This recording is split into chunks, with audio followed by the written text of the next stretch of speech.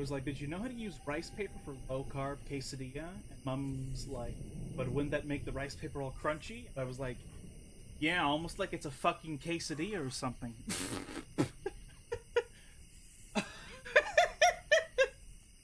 Oh, yeah, it's almost like it's the way it's supposed to be, huh? Hello, everybody. Welcome back to the stream, or if it's your first time here, welcome. And we've got something very different that I don't really do very often. It's a point-and-click adventure game. It's on brand in that it's spooky, so that's going to be real fun and all. It's called Scratches, and I am totally playing it legally with not a single issue regarding that whatsoever. It's totally normal, question nothing. But yeah, it seems like this interesting little cute game, looking spooky type of stuff, and I don't really know a lot of point and clicks I've played. I guess Fran was a point and click technically. It had like character movement and dialogue and all that type of thing. That was just like Franbo. I don't know why I said Fran. Yeah, Franbo. I don't know why I said Fran. Getting mixed up in my head with something else. But yeah, one of the issues with this that I'm encountering with this game is it's so old and that it can't go into windowed mode, so I don't know if ASCII can even show up. Something that's starting to worry me a little more than that, though, is that I'm hoping that my chat box still can bleed through a full-screen game. Otherwise, I'm not going to know what the fuck anybody is saying. And I suppose if that's the case, then I'll have to, like, mute my own phone and then, like, bring the stream chat up on my fucking phone. Because that's going to be unfortunate. To be fair, the devs said they want people to download the game for free to play it, since they can't actually sell it while it's an IP purgatory. Well, you know what, then what I said is completely accurate. It is utterly legal and totally nice. But yeah, so hopefully when I turn this on, the game on, it will not prevent the chat box from bleeding in which case I will have to take like a few minutes to fucking pull up like browser Twitch so I can read people's fucking chats. But if that's not the case, then that won't be a problem. ASCII probably can't work as well. I'm probably going to turn him off pretty quickly, but we'll see about that in a moment. So yeah, hope you all have a good week, and that you're going to enjoy the beginning of this new, interesting little point-and-click game. Oh, I say little, but it's actually kind of spooky, and it's also like 10 hours, so we'll be at this for like at least 2 weeks, I'm sure. Probably more, probably a lot more than 2 weeks, probably 3 or 4. But we'll see. Let's try and get into it over here.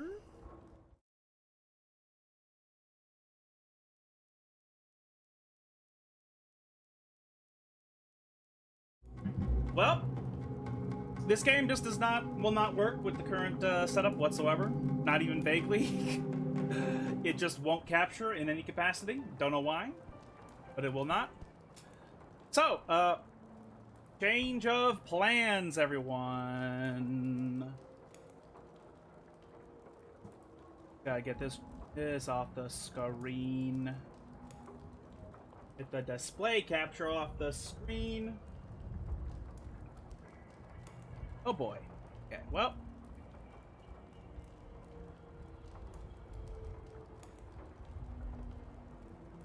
Bloop.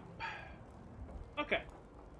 Honestly, my own chat on my desktop probably wasn't delayed, but I had no way of seeing it. I could only see it through my phone. So it was a delay on top of a delay. So yeah, I guess I'm gonna go change the stream subject because we cannot play Scratches.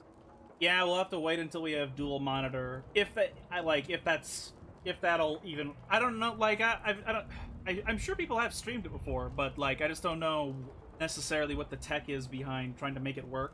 But okay, all right. I'm gonna go and change all my everything. No, I don't want to hear myself. Kill yourself. Okay, to my stupid ass. Right. Oh, hey, yeah, we have to edit this. This is definitely not happening. Okie dokie Literature Club. We're just gonna do the original because I don't really know anything else, so. Wasn't this embarrassing? Well, okay. Yatta da da da da da da da. Let's see if this works. If this other game works. Kind of embarrassed. I have to fucking manually set this up live as well. That kind of sucks. Okay. So funny you have no idea what DDLC is about. Well, I mean, you told me at one point that it's like this. It's like a fourth wall breaking murder thing at some point. Gouge his eyes. I thought, like, my brain was just lumping it in with a bunch of other, like, with like a bunch of like pornographic games, and I was like, so I just never paid attention to it because I was like, oh, it's just one of those porn games that people are big fans of the story, I guess. So this is gonna be an install time. Whoopsie daisy. Oh, hey, I don't know how Doki Doki Literature Club's UI works. Maybe it has a windowed mode. If it does, that means we can bring back us. Good to go, sir. Oh, hey, thank you so much for the follow. This is like the weirdest moment you could possibly follow me because, like, I'm just having a massive fucking technical failure. But thank you for the follow, and I hope you enjoy your stay in all of its complete utter nonsense. Because, like, right now, like this is about as bad as it could possibly be. I have to completely swap the game. Are there actually any people who play porn for the story? I think so. I don't actually know because I don't interact with those people. But the impression I get of some visual novel, like hentai things, that some people are like actually fans of like the character stuff. What level of Reddit can someone be? Okay, since we turn the sound back to 30%, then I'm gonna turn the sound off because God, how do I do this without it looking shitty? I'm doing it all live. Oh, whatever. It's too late. This is kind of what I get for being semi-lazy and not doing, like, a test recording or whatever the fuck. But my assumption, you know, is that not literally every single thing about it would break and be impossible to work. Okay. Okay, Doki Doki enters... God damn it, It enters as a windowed mode, so good. Good. Let's get this shit open. So, like, new person who just followed, sorry if you were here for scratches on my Docker, and then I immediately changed it to some fucking weeb shit.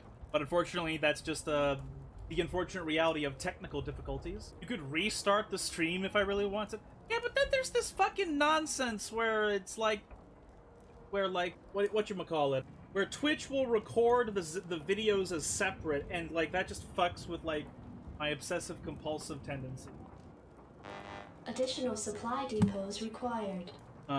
So it's like, but okay, yeah, Doki Doki should be fine with just a window capture. No, that's my chat. That's not the game. That's the game. There we go. Ya da da da da da da da da. Gotta bring it down. Load the front end. Level with the other games. Come on. Oh wait, no, that's I understand the problem right there. There we go. I think. Okay. I think we actually have something to stream, guys. Sorry for wasting half an hour. What a fucking shit show. 2.5 years since you read AOT on stream. Oh.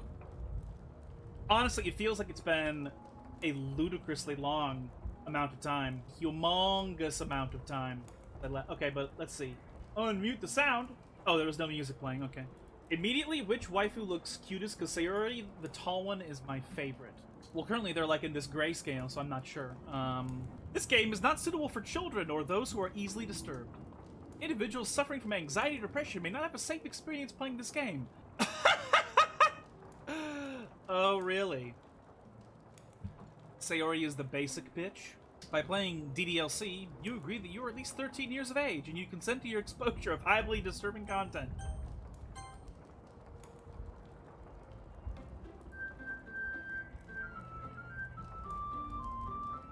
You just told us this.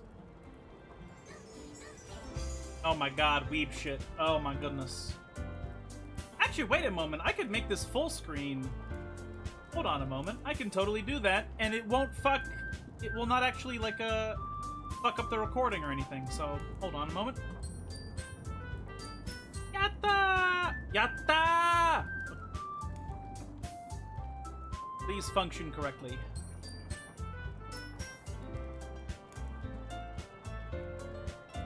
right. At least basic bitches aren't crazy. I'd rather a waifu be based and completely insane than a fucking normie, if I'm gonna be totally honest. Okay. So, is this... Yeah, it's this... This should technically be capturing.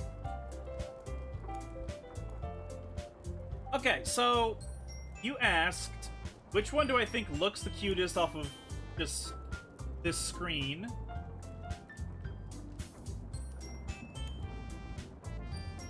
And that's kind of hard to discern. Also, they're all teenagers, and they're all anime girls. They're all white. Well, they're all fair-skinned or whatever. I guess I'll just say the tall one as well. Because tall can be attractive, I suppose. I guess this one's attitude looks a bit silly. I guess this one is the cutest, but she also looks like the most childish. Which is weird because I'm almost 30, so I don't know if I want to say that's cuter. I guess. Spooks in this game are nothing when a man has been through every single tech issue possible. Yep, basically. Oh look, settings. Text speed. I assume we're going to be able to change that. Auto forward time? What the fuck does that mean? Skip unseen text? I don't know what any of this shit means. Ooh! Silence of the Lambs right now. Okay, but let's, Oh, fuck. Ugh, Christ. Okay, No. Sure. Alright. Yeah, welcome to the stream, Divorcesaurus. I guess you are here for the weeb game, and you know what? Totally fine. Totally acceptable. Because that's what this ended up being, so. Hey! I see an annoying girl running toward me from the distance, waving her arms in the air like she's totally oblivious to any attention she might draw her to herself. Boy, you can read the text. You missed, I can say the princess. Renpi similar rules. Oh, okay. Okay. Oh, yeah, I see now. History. Okay, yeah, that makes sense. Okay. And there's a save button right there. That girl is Sayori, my neighbor and good friend since we were children. You know, the kind of friend you'd never see yourself making today, but it just kind of works out because you've known each other for so long. Yeah, that's some based shit right there. Childhood friend shit. The dream, whenever, well, you know, whenever possible. It is definitely not possible in a lot of circumstances. We used to walk to school together on days like this, but starting around high school, she would oversleep more and more frequently, and I would get tired of waiting up, okay? But if she's going to chase after me like this, I almost feel better off running away. Our character, Mr. John Reddit. However, I just sigh and idle in front of the crosswalk and let Sayori catch up to me. Ha! Ha! I overslept again! But I caught you this time!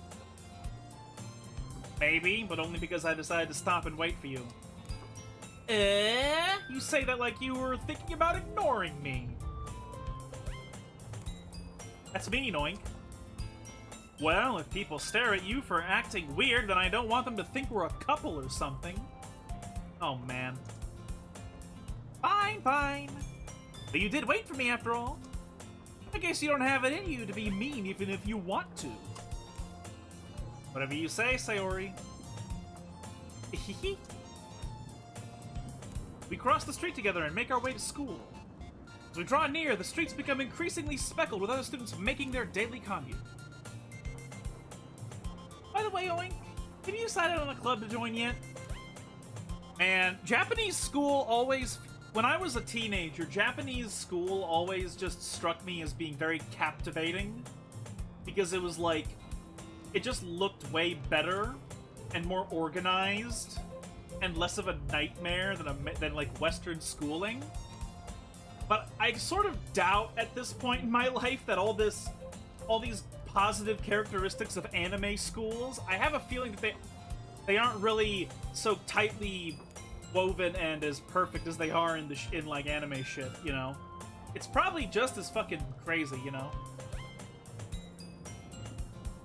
A club? I told you already, I'm not really interested in joining any clubs. I haven't been looking either. That's not true. You told me you would join a club this year. Did I? I'm sure it's possible that I did in one of our many conversations where I dismissively go along with whatever she's going on about.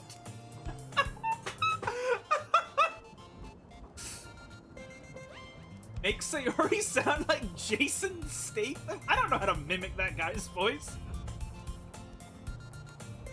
Sayori likes to worry a little too much about me when I'm perfectly content just getting by on the average while spending my free time on games and anime. Here, okay, I'll try a fucking dumbass voice. Uh-huh. I was talking about how I'm worried that you won't learn how to socialize or have any skills before college. Happiness is really important to me, you know. I know you're happy now, but I die at the thought of you becoming a NEET in a few years because you're not used to the real world. Fuck you, bitch. Fuck you.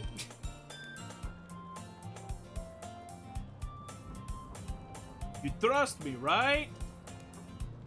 Don't make me keep worrying about you. Alright, alright. I'll look at a few clubs if it makes you happy. No promises, though? Will you at least promise me you'll try a little? Yeah, I guess I'll promise you that. Yay! What am I doing with my life? Why do I let myself get lectured by such a carefree girl? She's a guy who sells overcooked hot dogs in the New York subway with greasy chest hair and a bootleg cross necklace.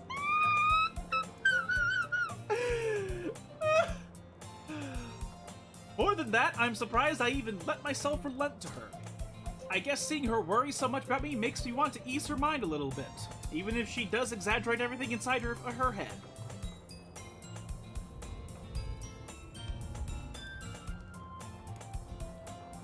God, I need to get like a bigger drink for all the talking I'm gonna have to do. There was one thing I was gonna look forward to with Scratches is that there was voice acting, so I wouldn't have to fucking voice every single line. Oh boy. The school day is as ordinary as ever, and it's over before I know it. After I pack up my things, I stare blankly at the wall, looking for an ounce of motivation. Clubs. Sayori wants me to check out some clubs. I guess I have no choice but to start with the anime club. He's the type of guy that'd call you toots and charge you for using the public bathroom. And also sexually harass you at the same time. Hello? Sayori? Sayori must have come into the classroom while I was spacing out. I look around and realize I'm the only one left in the classroom. I thought I'd catch you coming out of the classroom, but I saw you just sitting here and spacing out, so I came in. Honestly, you're even worse than me sometimes. I'm impressed. You don't need to wait up for me if it's going to make you late to your own club. Whoops. I think I skipped on accident. Oh, no, I didn't skip. Okay, never mind. Well, I thought you might need some encouragement, so I thought, you know... Know what? Well, you could come to my club. Sayori... Yeah? There is no way I am going to your club. Meanie? Sayori is vice president of the literature club. Not that I was ever aware that she had any interest in literature. In fact, I'm 99% sure she only did it because she thought it would be fun to help start a new club. Since she was the first one to show interest after the one who proposed the club, she inherited the title Vice President. That said, my interest in literature is guaranteed to be even less. Yeah, I'm going to the anime club. Come on, please. Do you remember the episode of the Powerpuff Girls where those middle-aged fat men cosplays as the Powerpuff Girls? Yes! I fucking remember that.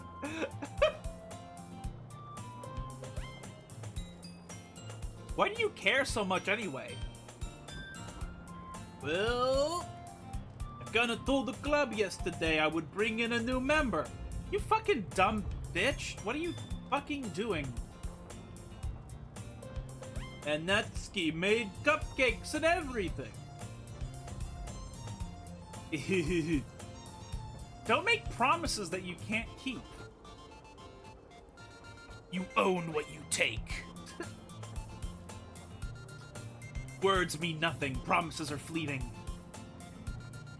I can't tell if Sayori is really that much of an airhead or if she's so cunning as to have planned all of this out. I let out a long sigh. Are we playing as Dagoth?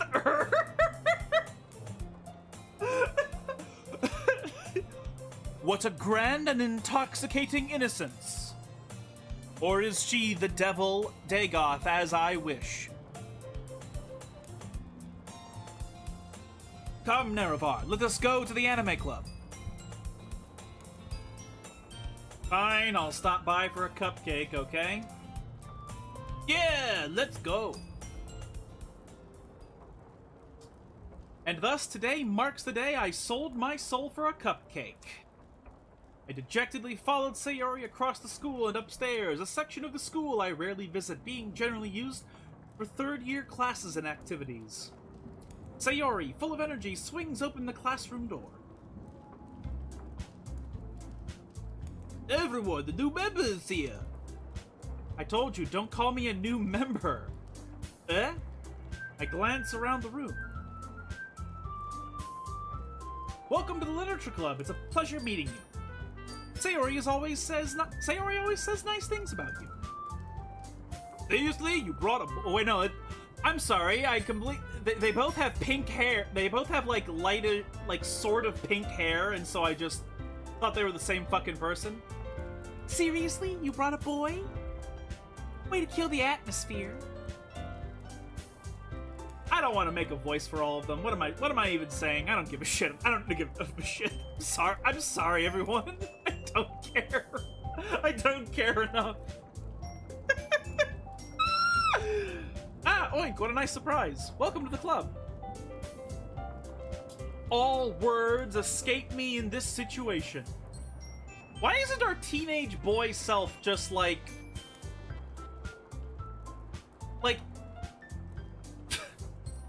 Obviously, in real Japanese high school, people are not getting into weird harem plot lines on the regular in any capacity. But manga and anime really likes to try and tell people that that is exactly what happens every time and all day, every day. This club is full of incredibly cute girls. Uh-oh. What are you looking at? If you want to say something, say it. Sorry? Natsuki. The girl with the sour attitude whose name is apparently Natsuki is the one I don't recognize. My favorite type of female voices: Jason Statham, John Stamos, Sylvester Stallone, and Dagoth Earth. Maybe I could try, like, a stupid Dagoth voice for one of them, I suppose. Her small figure makes me think she's probably a first year. She's also the one who made cupcakes, according to Sayori. You can just ignore her when she gets moody. Sayori says that quietly into my ear, then turns back towards the other girls. Anyway, this is Natsuki, always full of energy. And this is Yuri, the smartest in the club. Who would I give the Dagoth voice? Don't say things like that. I don't know. Yuri, who appears comparably more mature and timid, seems to have a hard time keeping up with people like Sayori and Natsuki. And she looks like she's 6 feet tall because of the perspective. Like, if we take this as like a perspective lens from our character's eyeballs, we're like as tall as Natsuki's mouth. Like, we're like a midget, you know, and Yuri is like 6 feet tall. Martin Septum running around and dying, shivering Isles plotline. Well, it's nice to meet both of you. It sounds like you already know Monica, is that right? That's right. It's great to see you again. Monica smiles sweetly. We do know each other. Well, we rarely talked, but we were in the same class last year. Monica was probably the most popular girl in class. Smart, beautiful, athletic. Basically, completely out of my league. So, having her smile at me so genuinely feels a little... You too, Monica. Come, sit down, Loic. We made room for you at the table, so you can sit next to me or Monica. I'll get the cupcakes. Hey, I made them. I'll get them. Sorry, I got a little too excited.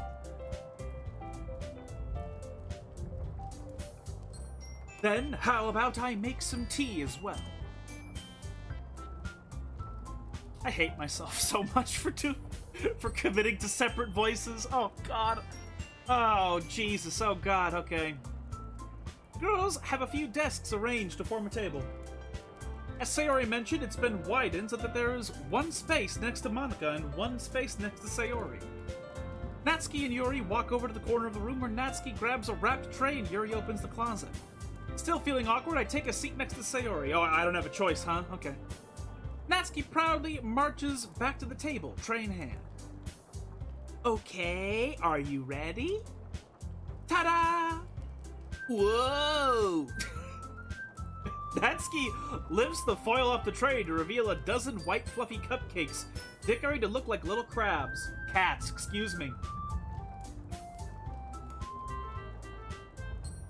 As a teen, I hated doing anything with school or clubs, but as an adult, I'd love to join a horror media club or paranormal club or tea club if there are any around my area. Yeah, I imagine that clubs for adults are probably slightly less fucking jarring and socially disastrous. Are we gonna eat all these cupcakes and shit green?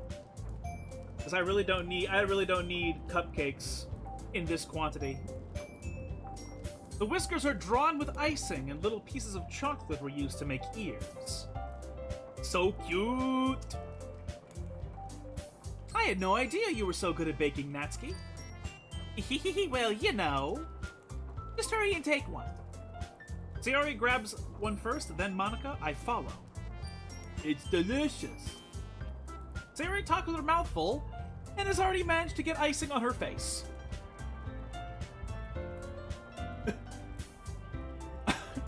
I put ayahuasca in these cupcakes, ready to meet Azura and Wa.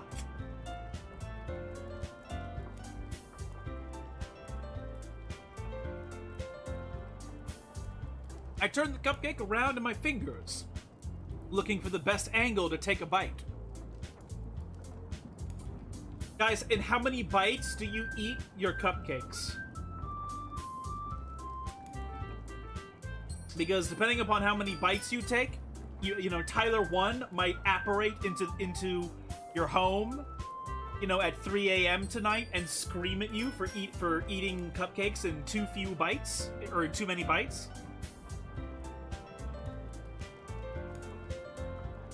You know. Natsuki is quiet. I can't help but notice her sneaking glances in my direction. She is waiting for me to take a bite? I finally bite down. The icing is sweet and full of flavor. I wonder if she made it herself. This is really good. Thank you, Natsuki. Why are you thanking me? It's not like I haven't heard this haven't I heard this somewhere before? Made them for you or anything? Okay, so this is what okay, so I know enough about this game. What do you mean you do 2 and not 3? You have fucking giant goblin heads. Your heads are too big. So my guess, guy. So what I know about this game, guys, The only thing I know about it is that there's weird meta aspects to this. There's like weird meta gaming shit that happens. Other than that, I don't really know what happens in this game. So my guess immediately, right off the bat, is that our protagonist is going to notice that for some reason his life has become a harem anime, and he's going to find it very weird because he's not going to understand. He's not going to understand why it suddenly started happening. And then the game is going to start breaking the fourth wall and addressing us as a person. That is what my guess is going to be.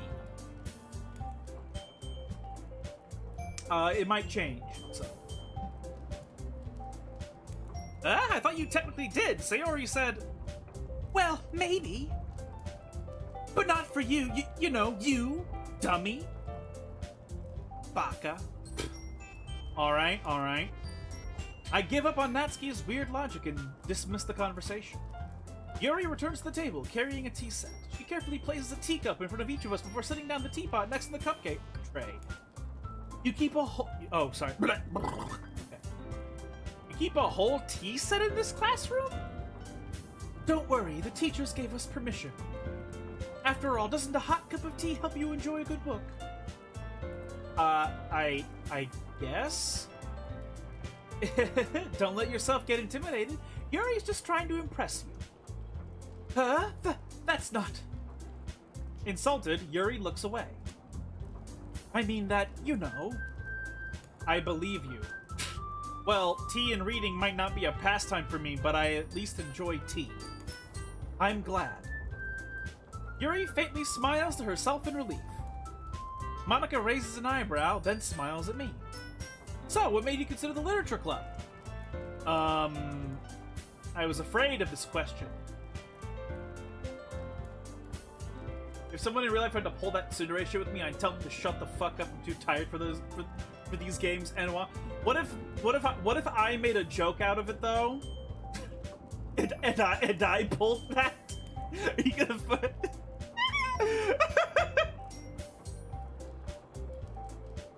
I was afraid of this question. Something tells me I shouldn't tell Monica that I was practically dragged here by Sayori. Well, I haven't joined any clubs yet, and Sayori seemed really happy here, so... That's okay, don't be embarrassed. Well, we'll make sure you feel right at home, okay? You're going in the soup broth, hombre. As president of the literature club, it's my duty to make the club fun and exciting for everyone. Monica, I'm surprised. How come you decided to start your own club? You'd probably be a board member for any of the major clubs. Weren't you a leader of the debate club last year? Well, you know. To be honest, I can't stand all the politics around the major clubs. And therein lies how I realize as an adult that even if Japanese school was real like in the anime, it's probably still very, very fucking awful. Because with great, extensive, like, order in a fucking schooling system, the more subtly toxic things are gonna be. You know? It's like if American schools are toxic for how much chaos and uselessness they are, Japanese schools are toxic for how restrictive they are, I would assume. And that life in the Japanese school is not in fact a harem anime, but rather just cutthroat politics of people that hate each other in secret but never say anything in front of them. I knew some dorks in university who joined an anime club, and the amount of drama those socially awkward idiots managed to brew up was so cringy. I think I remember what you told me about some of that before, yeah. It's fucking strange.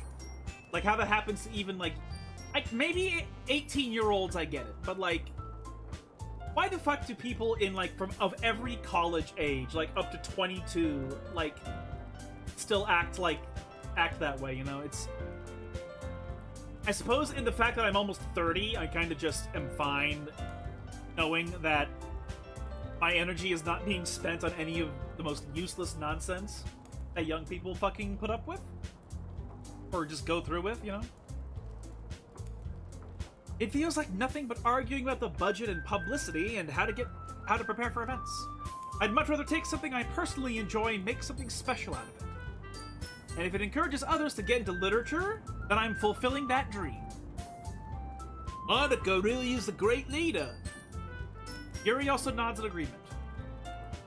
And I'm surprised there aren't more people in the club yet. It must be hard to start a new club. You could put it that way. Not many people are very interested in putting out all the effort to start something brand new. Especially when it's something that doesn't grab your attention, like literature. You have to work hard to convince people that you're both fun and worthwhile. That's a weird series of sentences to say, because literature is such a fucking massive, over-scoping type of hobby and art craft. It's like, you can make a club out of just a subset of literature, right? Like, what if to attract people's attention to this literature club, Monica, like, put up posters of, like, Dune or some shit? Like, translated from English to Japanese, fucking Dune. Like, don't you think some teenagers would be like, whoa, that's so weird and cool? And then they would just join the club? Because, like, literature is so fucking vast and unbelievable that I don't know how a literature club would even be small in the first place in any school. In a school like, well, you know, in orderly schools like the Far East. If only Video Club Mysterio was real. Yeah, that'd be great. But then again, for it to be real, all that other shit would have to be real in Guppy Psycho. And then a lot of people would fucking die. But it makes school events like the festival that much more important. I'm confident that we can all really grow this club before we graduate. Right, everyone? Yeah! We'll do our best. You know it. Everyone enthusiastically agrees. Such different girls, all interested in the same goal. Monica must have worked really hard just to find these three. Maybe that's why they were also delighted by the idea of a new member joining. Guppy Psycho being real just means Paranormal Club would be way more exciting. If by exciting you mean blood-curdlingly terrifying as actual monsters chase after us, then yes, that is definitely more exciting. I also just noticed Sayori isn't buttoned up. Button up, slut. What are you doing? What are you fucking doing? Though I still don't really know if I can keep up with their level of enthusiasm about literature.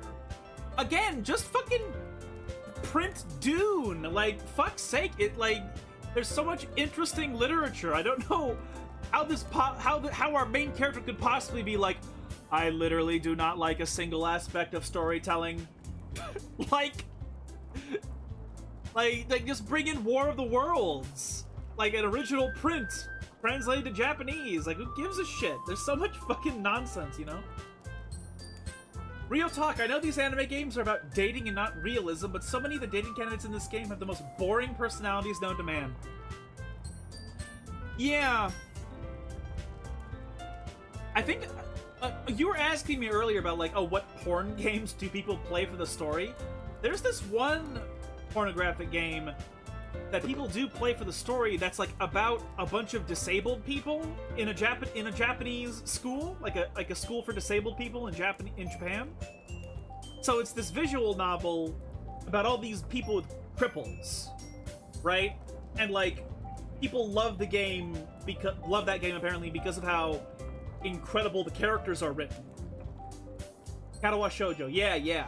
I didn't remember its name, but that, yeah, now I remember. Yeah, people apparently like that game quite a lot because of the character writing.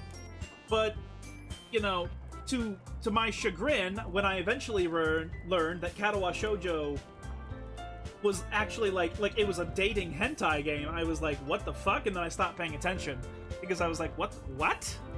Why are people going crazy over this? What? The one made by 4chan? Did 4chan really make Katawa Shoujo? What? So, Oink, what kind of things do you like to read? Well, considering how little I've read these past few years, I don't really have a good way of answering that. Just talk about movies, fuck's sake. Who cares?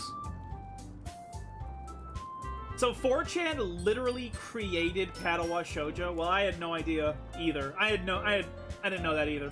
I don't know anything about these types of games. Like, the last VN I played was fucking, well, Japanese VN I played was, fucking Corpse Party. And that made me want to spoon my eyeballs out.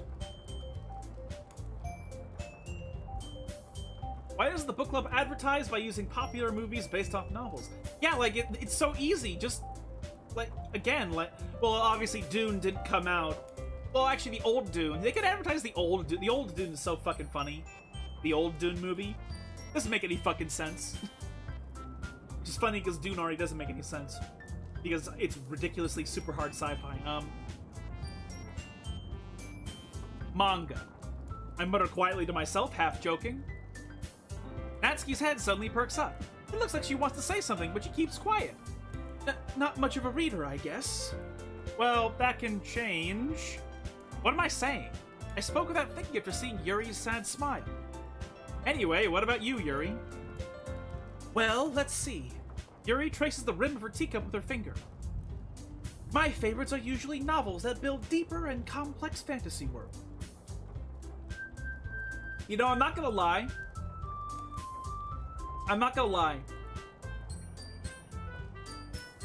Not enough anime have people with glasses in it. Like, I don't know if anyone knows about this, but East Asia has a vision loss epidemic going on right now. There are so many people that, like, need contacts and glasses. But in anime, there's always, like, only one character with them, which is just not statistically accurate to the population of East Asia. There are so many people that are probably wearing glasses. Natsuki would read my manga. Yuri's the best. Yuri drinks tea and reads thriller novels. What more do you want? I mean, like, yeah, that's one of those ideal personality put-ups for a harem story. So yeah, sure, yeah. I think my first anime crush, when I was like 12 or like 11 years old or something, was also a bookworm girl.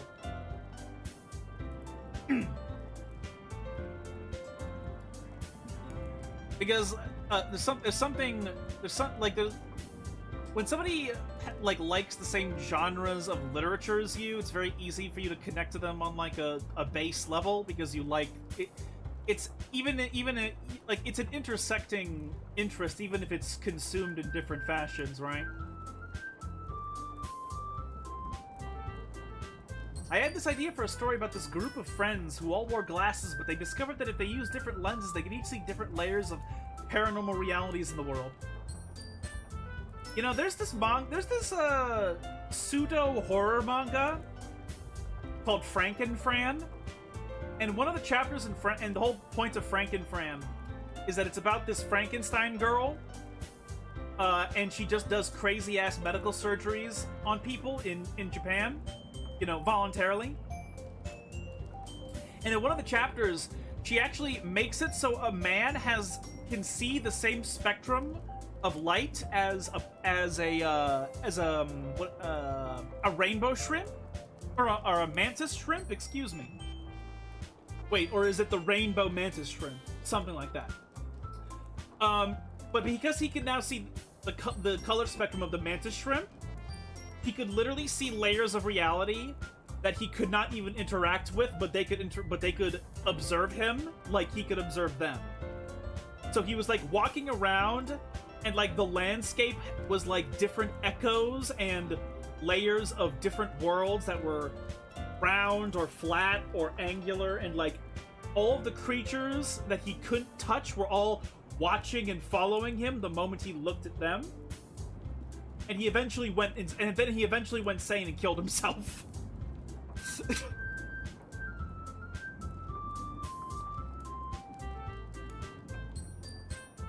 The level of creativity and craftsmanship behind him is amazing to me. And telling a good story in such a foreign world is equally impressive. Yuri goes on, clearly passionate about her reading. She seemed so reserved and timid since the moment I walked in, but it's obvious by the way her eyes light up that she finds her comfort in the world of books, not people. But, you know, I like a lot of things. Stories with deep psychological elements usually immerse me as well. Isn't it amazing how a writer can so deliberately take advantage of our own lack of imagination to completely throw you for a loop? Imagine a character getting the insane route in a horror, and they were already crazy, so they just become sane. I feel like there's a plot to a book or a movie out there that is exactly that I'm somehow aware of, but I can't remember its fucking name. Anyway, I've been reading a lot of horror lately. I read a horror book once. Oh, but in a funny way. All right.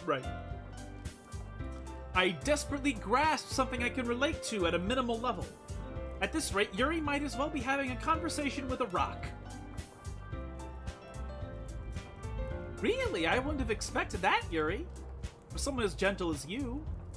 I guess you could say that. But if a story makes me think or takes me to another world, then I can't really put it down. Surreal horror is often very successful at changing the way you look at the world, if only for a brief moment. Based. This type of girl, you buy her a collector's edition novelization of 9 Lives on the Nostromo.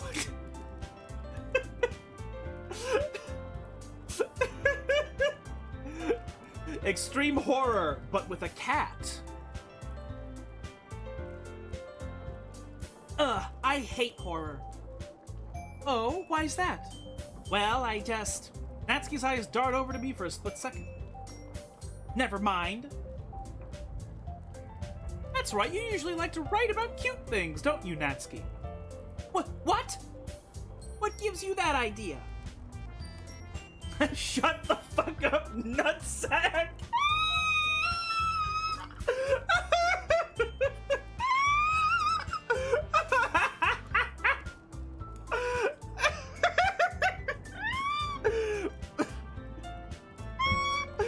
What the fuck?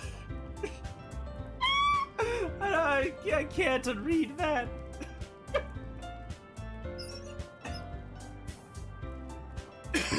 Oh, Jesus Christ. Oh, Christ. Okay. You left a piece of scrap paper behind the last club meeting. It looked like you were working on a poem called... Don't say it out loud! And give that back! Fine. Your cupcakes, your poems. Everything you do is just as cute as you are. Sayori slides up behind Natsuki and puts her hands on her shoulders. I'm not cute! Correct, you're not.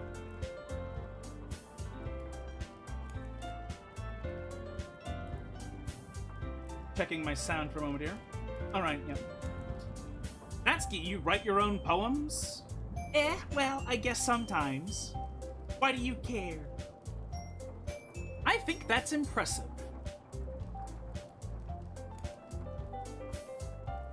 When I first played DDLC, I was texting my friend about it and I kept calling her Nutsack, and my friend was like, please stop this.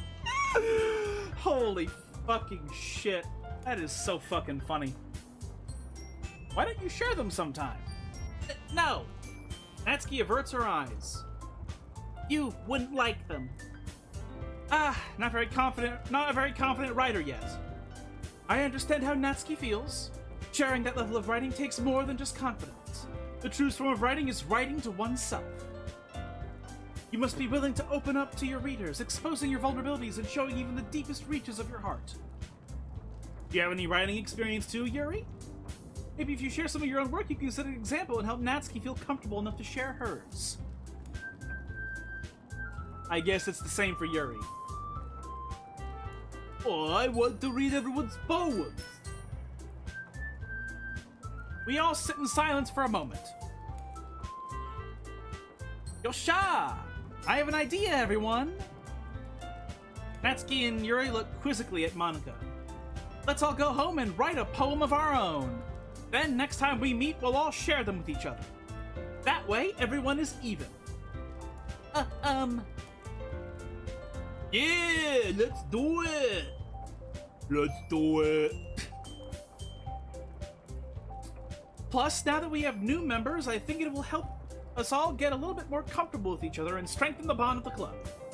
Isn't that right, Oink? Monica smiles warmly at me once again. Hold on, there's still one problem. Huh? What's that?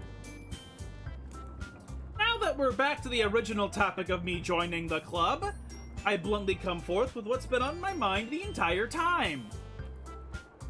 I never said I would join this club. Sayori may have convinced me to stop by, but I never made any decision. I still have other clubs to look at, and I lose my train of thought. All four girls stare at me back with dejected eyes. Oh Christ!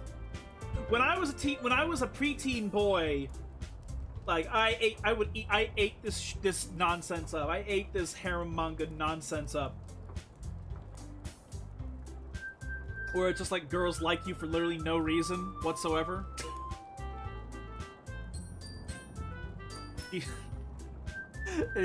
But like in retrospect, like trying to place myself in that position, it's very awkward.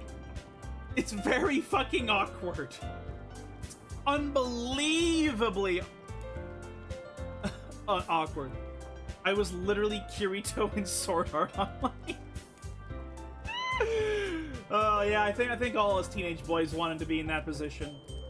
My first manga was called AI Love You, by Ken Akamatsu, who is now a politician in Japan, which is fucking hysterical that a harem mangaka ended up becoming a politician. Fucking hilarious. But my first manga was that, and that was a harem manga about a man inventing AI in the 90s, and like the AI become these sentient women girlfriends, and they develop free will and they fall in love with him anyway. And it's like, damn, that just seems perfect, right? You know, like you're a teenage boy reading this shit, you're like, wow, that'd be so cool. But no, I'm almost 30 now, and like thinking of it now, it's just, wow, that is fucking awkward. My god, that is awkward. Holy fucking moly. But I'm sorry, I thought... Oig? You all... I'm defenseless against these girls. Roses are red, violets are blue. I shit in your microwave, what can you do? Nothing. I'll throw the microwave out, I guess. How am I supposed to make a clear-headed decision when it's like this? That is, if writing poems is the price I need to pay in order to spend every day with these beautiful girls. My poem for the club, Right. Okay, I've decided then. I'll join the literature club. One by one, the girls' eyes light up. Yeah, I'm so happy. Sayori wraps her arms around me, jumping up and down. Hey! You really did scare me for a moment. If you really just came for the cupcakes, I would be super pissed. That's a relatable mindset. The subsequent poems are just the shitting menace coming back to terrorize the neighborhood. Then that makes it official. Welcome to the literature club. Ah, thanks, I guess. Okay, everyone. I think with that we can officially end today's meeting on a good note. Everyone remember tonight's assignment. Write a poem to bring to the next meeting so we can all share. You know, this reminds me. Do Japanese schools even have homework? Surely they do, right? I know they have like after studies they have to do sometimes if they're falling behind. But I wonder, do they do have homework? Man. Is there like a scientific study that exists somewhere that says that homework like even works?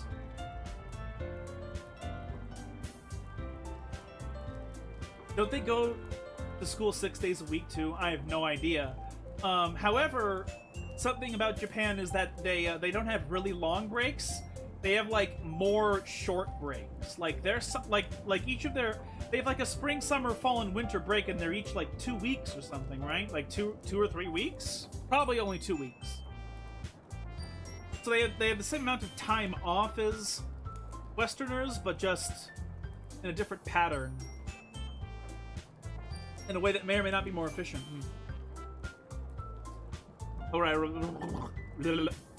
Write a poem to bring to the next meeting so we can all share. Monica looks over at me once more. Oink, I look forward to seeing how you express yourself. Yeah. Can I really impress the class star Monica with my mediocre writing skills? I already feel the anxiety welling up inside me. Relatable. Meanwhile, the girls continue to chit-chat as Yuri and Natsuki clean up their food. In China, they have like 2-hour lunches, but the result is that work hours are longer, so that seems horrible. Yeah, no kidding. Hey, Oink, since we're already here, do you want to walk home together? That's right. Sayori and I never walk home together anymore because she always stayed after school for clubs. Sure, might as well. Yay! With that, the two of us depart the club room and make our way home. The whole way, my mind wanders back and forth between the 4 girls. Oink, write about the shitting menace. You can do it. He's so powerful. I mean, I might as well. My mind wanders between the 4 girls. Sayori, Natsuki, Yuri, and of course, Monica. Will I really be happy spending every day after school in a literature club? Perhaps I'll have the chance to grow closer to one of these girls. Alright, I'll just need to make the most of my circumstances, and I'm sure good fortune will find me. Man, the protag is so fucking boring. And I guess that starts with writing a poem tonight.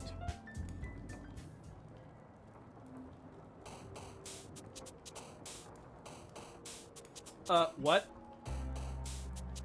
Pick words you think your favorite club member will like. Something good might happen with whoever likes your poem the most.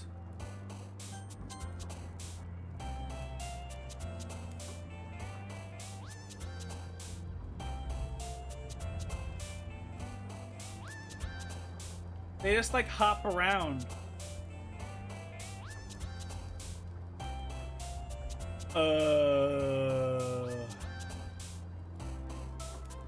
Vivacious, despise, vivid, dance, kawaii, depression. I have no idea what Sayori would like. Which girl are you going for your first thing? I guess the shy one that likes fantasy and horror. Yuri. So she likes fantasy and horror, so I guess I should maybe... Big words? Okay, that makes sense. That makes sense.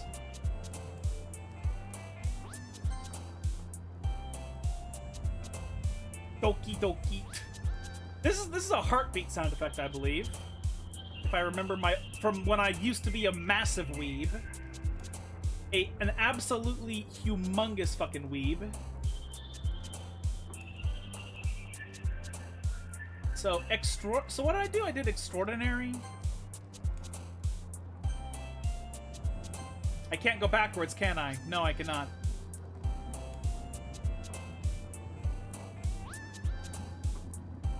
Extraordinary imagination.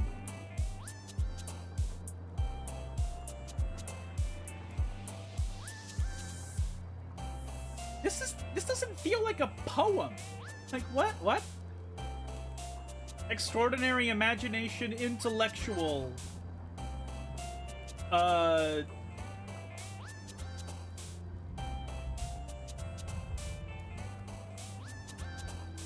Philosophy? No, horror, frightening. Yes, frightening. Contamination. Bester. Just having a seizure in front of a thesaurus. Yeah, more or less. That's almost happening literally. Fantasy. What the fuck? Entropy. Holy fuck. Holy moly! This is a sign, my friends. Oh, I saw she like jumped up and down a bit. Okay. Incongruent. Anxiety. Climax. Oh no. No. Pain.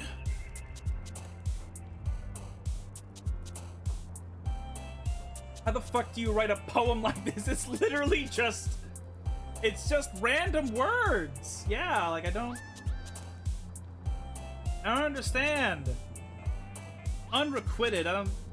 It's a fancy word. I don't know if it's correct, though. Whatever. Damn it! Tragedy. What? Fuck. Horror. Uncontrollable. Eternity. Yes. Infinite. Explode.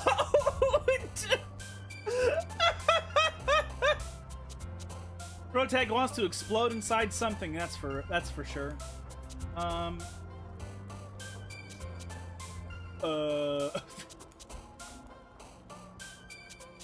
Rain. Dark. No. Whatever. Boop. Incapable. Parfait. Fear. What? Maybe it's a slam poem, aka the worst type of poem. Landscape. Determination. Unrestrained. Kitty! Judgment. What kind of fucking ass poem is that? It's a bunch of random words. Hi again, Oink. Glad to see you didn't run away on us, haha. Nah, don't worry. This might be a little strange for me, but at least I at least keep my word. Diplomature. Yep. Well, I'm back at the literature club. I was the last to come in, so everyone was already hanging out. Thanks for keeping your promise, Oink. I hope this isn't too overwhelming of a commitment for you, making you dive headfirst into literature when you're not accustomed to it. Oh, come on, like he deserves any slack. Sayori told me you didn't even want to join any clubs this year. And last year, too. I don't know if you plan to just come here and hang out or what. But if you don't take us seriously, then you won't see the end of it. Natsuki, you certainly have a big mouth for someone who keeps her manga collection in the club room. Natsuki finds herself stuck between saying Monica and manga. Manga is literature! Swiftly defeated, Natsuki plops back into her seat. Don't worry, guys. Oink always gives his best as long as he's having fun. He helps me with busy work without me even asking. Like cooking, cleaning my room. How dependable. Sayori, that's because your room is so messy, it's distracting. I bet Natsuki reads Rent-a-Girlfriend. What a strange fucking mark that left on the internet when it was still the big thing, because people were like freaked out by it, and apparently it had a lot of really high highs and a lot of low lows in its writing, to a point where people like got like throttled by how inconsistent it was until it just faded out of existence and nobody cared anymore.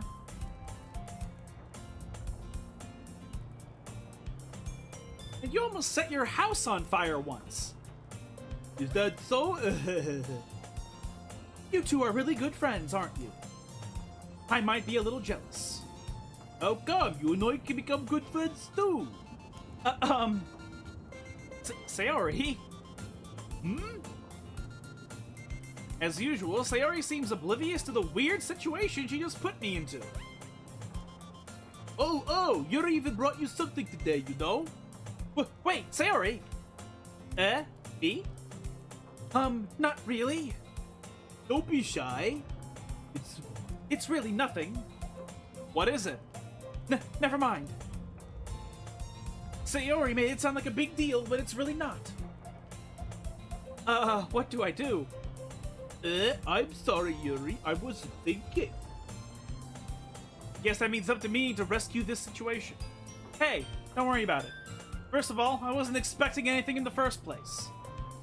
So any nice gesture from you is a pleasant surprise. It'll make me happy no matter what. Is that so? Yeah, I won't make a big deal of it if you don't want it to be. All right. Well, here. Yuri reaches into her bag and pulls out a book. Please let it be Frank Herbert's Dune translated to Japanese. Please! I didn't want you to feel left out, so I picked out a book that I thought you might enjoy. It's a short read, so I hope you could keep your attention even if you don't usually read. Oh, it's not Dune. Unless it's like Dune Messiah, but nobody would do... You don't give somebody a fucking sci-fi book halfway into the story. And we could, you know, discuss it if you wanted. This is... How is this girl accidentally being so cute? She even picked out a book she thinks I'll like despite me not reading much? Yuri, thank you, I'll definitely read this. I enthusiastically take the book. Dune but a picture book. Oh god. Phew! Well, you can read it at your own pace. I look forward to hearing what you think. Now that everyone's settled in, I expected Monica to kick off some scheduled activities for the club. But that doesn't seem to be the case. Sayori and Monica are having a cheery conversation in the corner. Yuri's face is already buried in a book. I can't help but notice her immense expression like she was waiting for this chance. Meanwhile, Natsuki is rummaging around in the closet. I'm really curious to talk to Yuri a little bit more, but at the same time I would feel bad for distracting her from reading. I catch a glimpse of the corner of her book. It looks like the same book that she lent to me. More than that, she seems to be on the first few pages. Ah! Crap. I think she noticed me looking at her. She sneaks another glance at me and our eyes meet for a split second. That only makes her hide her face deeper in her book. Sorry, I was just spacing out. I mutter this, sensing I made her uncomfortable. Oh, it's fine. If I was focused, I probably wouldn't have noticed in the first place. But I'm just rereading a bit of this, so...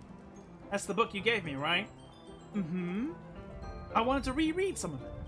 Not for any particular reason. See the butthole worm in vivid detail. There's a lot of really good old art for Dune. So that would be cool. Just curious, how come you have 2 copies of the same book? Well, when I stopped at the bookstore yesterday... that's not what I meant. I mean... I just happened to buy 2 of them. I see. There's something fairly obvious here that Yuri isn't telling me, but I decide to let it go. I really like old sci-fi and fantasy art from the 70s. Yeah, there's a lot of stuff from that era that's very timeless. Like, I mean, like, that's where a lot of H.R. Giger's work came from. His work, way back then. You know, so, like, I certainly have a good love for, like, a lot of the retro tech 70s sci-fi stuff. It's very cool.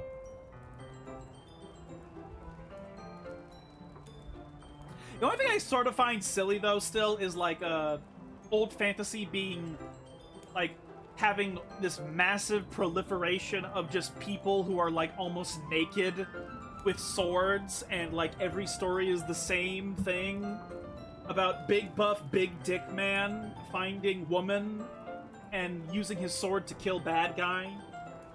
Like, that was kind of just obnoxiously overabundant in that era of fantasy. And it's just kind of annoying, but there's still a lot of really good stuff that you can derive from that era. Quite a lot of good stuff. Again, I really like the sci-fi conceptions of that era. I'll definitely start reading it soon. I'm glad to hear. Once it starts to pick up, you might have a hard time putting it down. It's a very engaging and relatable story. That's so. What's it about anyway? Are we sure Big Man has big dick? Maybe his big sword is telling us a different story. You know, it's really funny how much...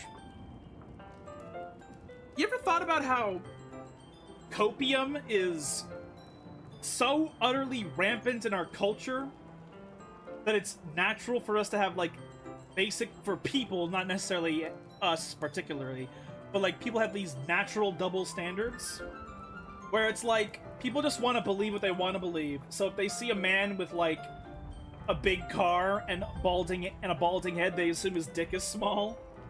But, like, if they want to think nicely of a man who is in the same scenario, they'll just find some rationalization to make believe that they do have a big penis. And it's all just this copium rationalization, right? Where it's all based upon what you want out of that person at that particular moment. And that's how deep the copium goes, you know?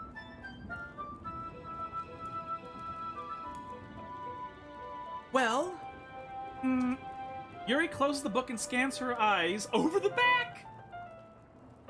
The book is titled Portrait of Markov. Soren Markov? Innistrad? Oh.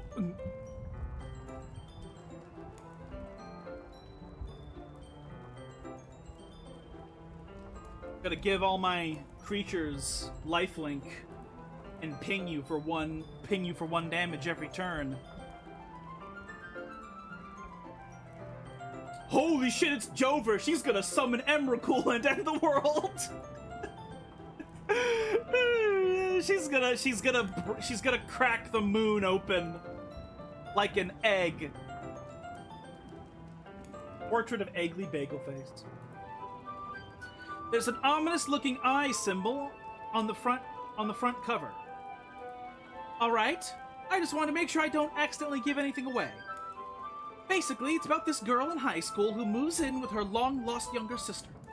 But as soon as she does so, her life gets really strange. She gets targeted by these people who escaped from a human experiment prison. And while her life is in danger, she needs to desperately choose who to trust. No matter what she does, she ends up destroying most of her relationships, and her life starts to fall apart. That's kind of dark, isn't it? Yeah, Innistrad is a very, very dark setting in Magic the Gathering. It is a very dark and depressing setting. And yet somehow the set has several characters that manage to somehow not die after multiple apocalyptic events. How the fuck is Thalia alive? Why did the Gitrog monster not eat her? Doesn't make any fucking sense. What happened to Davriel? You bastards. Wizards, you motherfuckers. Leaving every single story you possibly could make up in the air or just make it shit. Fuck you. If you like that, maybe you'd like Lisa, the RPG. I don't remember, did we watch Lisa? Or did we watch like a sequel to Lisa? I don't remember. That sounds kind of familiar though. Yuri made it sound like it was going to be a nice story, so that dark turn came from nowhere. Yuri gently giggles all of a sudden. Are you not a fan of that sort of thing, oink? No, it's not that. I mean, I could definitely enjoy those kinds of stories, so don't worry. I hope so. Yeah, I totally forgot that Yuri is into those things. She's so shy and reclusive on the outside, but her mind seems to be completely different. It's just that those kinds of stories, they challenge you to look at life from a strange new perspective. When horrible things happen, not just because someone wants to be evil, but because they have their own goals or their own philosophy that they believe in. You know, I fuck with this. This is the type of shit you like hearing out of somebody who analyzes stories. It's almost like the harem subjects have their personalities custom built to fill a very specific niche. Right.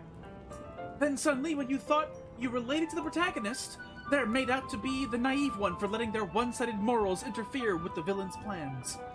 I'm rambling, aren't I? Not again. I'm sorry. Hey, don't apologize. I haven't lost interest or anything. Well, I guess it's all right then. But I feel like I should let you know that I have this problem. When I let things like books and writing fill my thoughts, I kind of forget to pay attention to other people. So I'm sorry if I end up saying something strange. And please stop me if I start talking too much. I really don't think you need to worry. That just means you're passionate about reading. The least I can do is listen. It's a literature club after all. That's true. In fact, I might as well get started reading it, right? You don't have to. What are you saying? Just a moment ago you said you were looking forward to it. Let me just get the book. I quickly retrieved the book that I had put into my bag. Alright, it's fine if I sit here, right? I slip into the seat next to Yuri's. Yeah. Are you sure? You seem a little apprehensive.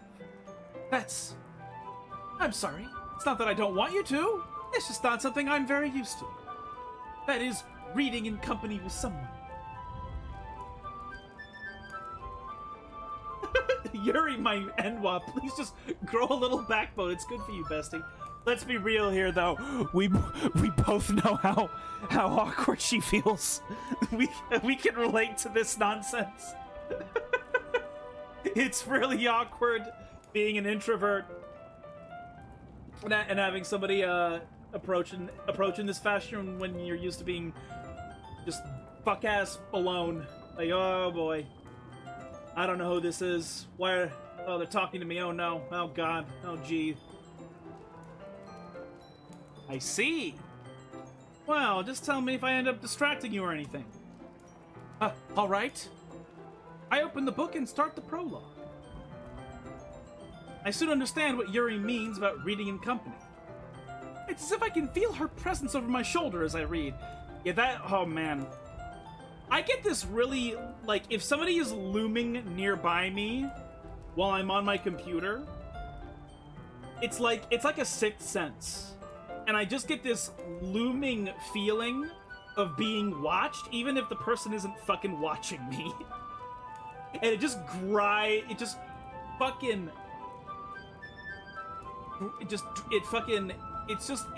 like an instinct of panic. I watched Pot Never Boils. What? It's not a particularly bad thing. Maybe a little distracting, but the feeling is somewhat comforting. Yuri is in the corner of my eye. I realize that she's not actually looking at her own book. I glance over. It looks like she's reading from my book instead. Sorry. I was just... Yuri, you really apologize a lot, don't you? I do? I don't really mean to. Sorry. I mean... Here, this should work, right? I slide my desk until it's up against Yuri's, then hold my book more between the two of them. I suppose so. Yuri timidly closes her own copy. Once we each lean in a little bit, our shoulders are almost touching. It feels like my left arm is in the way, so I instead use my right hand to hold the book open. I guess that makes it kind of difficult to turn the page. Here. I'm so left-handed brained, I thought I was picturing this in the reverse positions. That's how left-handed I am. Yuri takes her thumb and holds the left side of the book between her thumb and forefinger. I do the same thing with my right arm on the right side of the book. That way, I turn the page and Yuri slides it under her thumb after it flips to her side.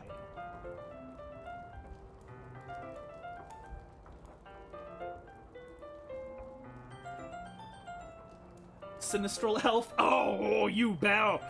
Oh, you just wait, you Yokuden scum.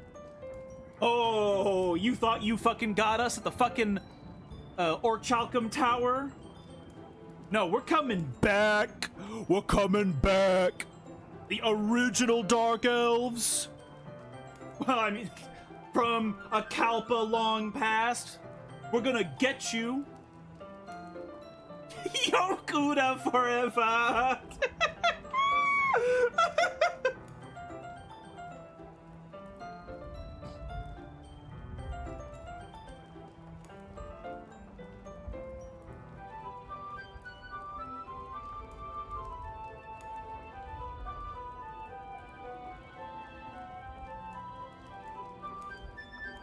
sorry, I meant a not I.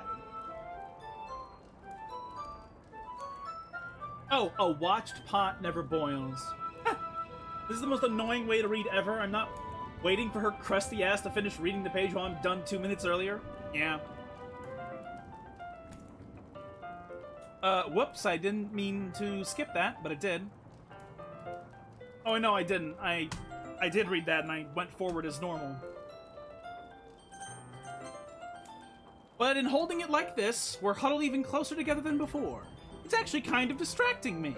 It's as if I can feel the warmth of Yuri's face, and she's in the corner of my vision. Are you ready? To turn the page? Sorry. I think I got a bit distracted for a second. I glance over at Yuri's face again, and our eyes meet. I don't know how I'll be able to keep up with her. That's okay. You're not as used to reading, right? I don't mind being patient if it takes you a bit longer.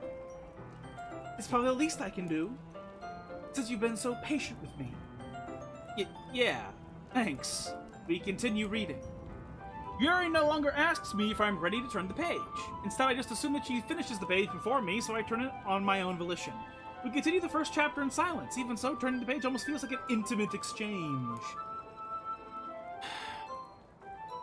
We have known this person for 2 days. My thumb gently letting go of the page, letting it flutter over her side as she catches it under her own thumb. She might think this is romantic for the first chapter, but she's gonna get real sick of it when the boy wonder here takes 10 minutes to figure out what the word scary means. Yeah, I imagine that, like, if you're gonna be doing, like, intimate reading type stuff, then, like, you have one person read out loud. Otherwise, you both have to just sit in silence, waiting for you to, like, assumedly both be done, even though your reading speed is not likely to be the same. Hey, Yuri, this might be a silly thought, but the main character kind of reminds me of you a little bit.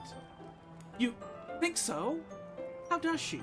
Well, I guess she's more blunt in a lot of ways, but she also second-guesses all the things that she says and does, like she's afraid she'll do something wrong. It's not like I can see into your head or anything, but they're kind of reminiscent of some of your mannerisms. I see. That's kind of extremely vague.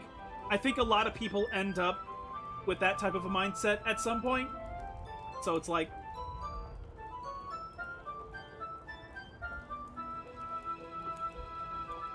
I read fast, but I also have ADHD, so sometimes I have to go back a bit, and that's fucking nightmare. I can't read in tandem. Yeah, my brain fog kind of does that to me too, which is why I don't really read anymore, because I'll, like, read, like, 10... Like, last time I tried reading recreationally, I read, like, 10 pages of a fucking book. And then I realized I did not remember a single fucking thing I just read for 10 pages, and then I have to go all the way back and start over. You know, and sometimes,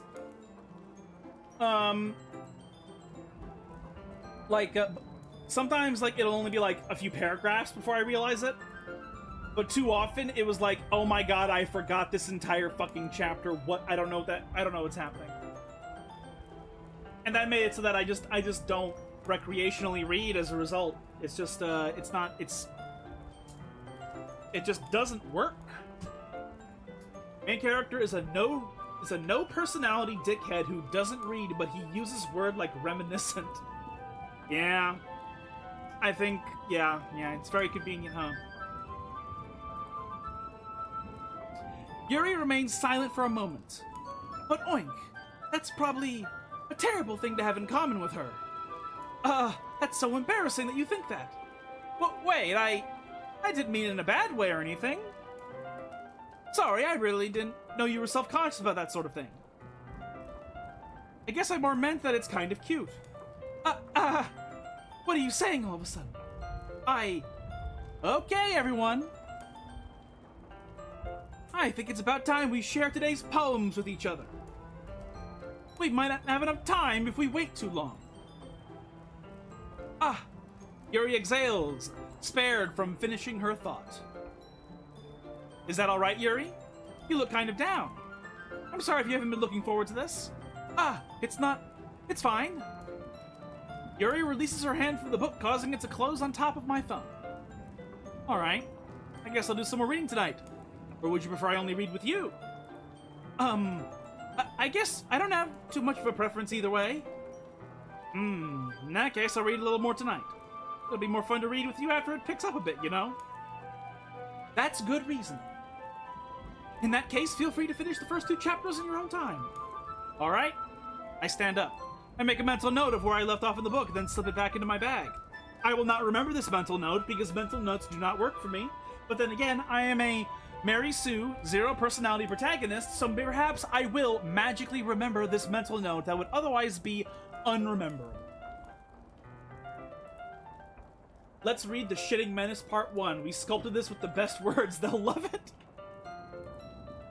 By the way, did you remember to write a poem last night? Yeah.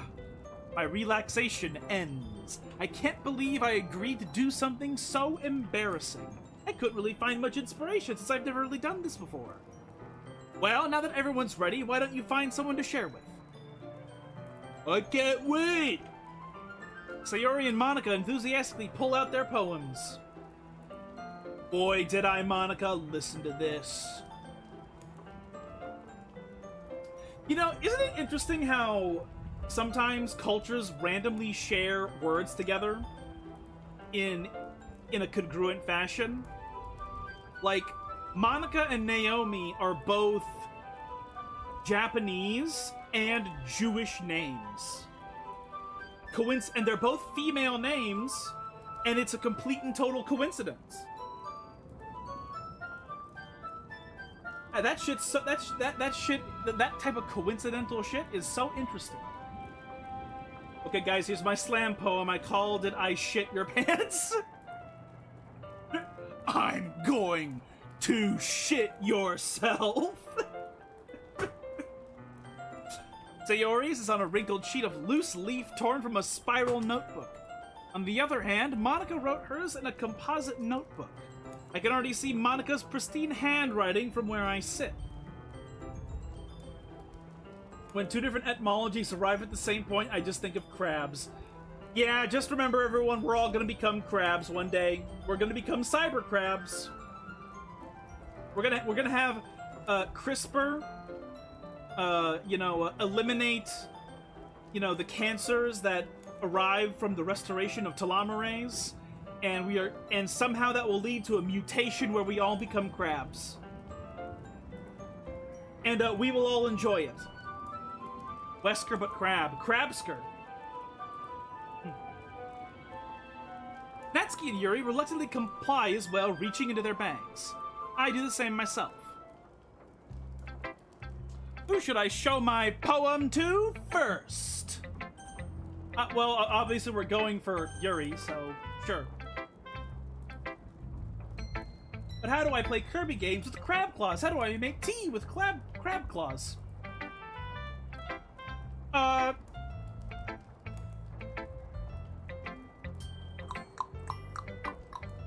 I guess you just need more. You know what my answer to this is?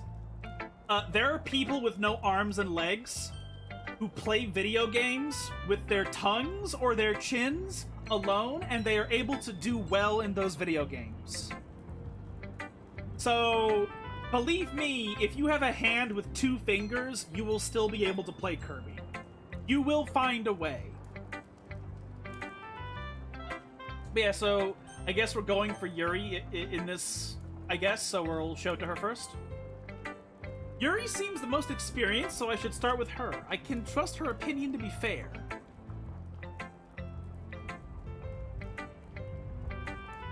As Yuri reads the poem, I notice her eyes lighten. Exceptional. What was that? Did I say that out loud? Yuri first covers her mouth, but then ends up covering her whole face. He's going to hate me. You really didn't do anything wrong, Yuri. Huh?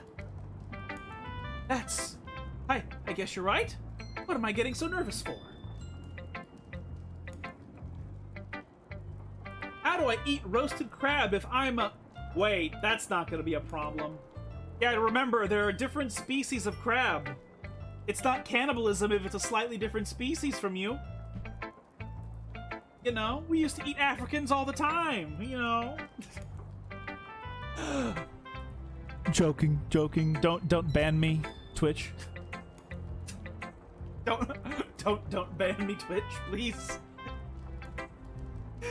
There's an African in the chat. It's fine.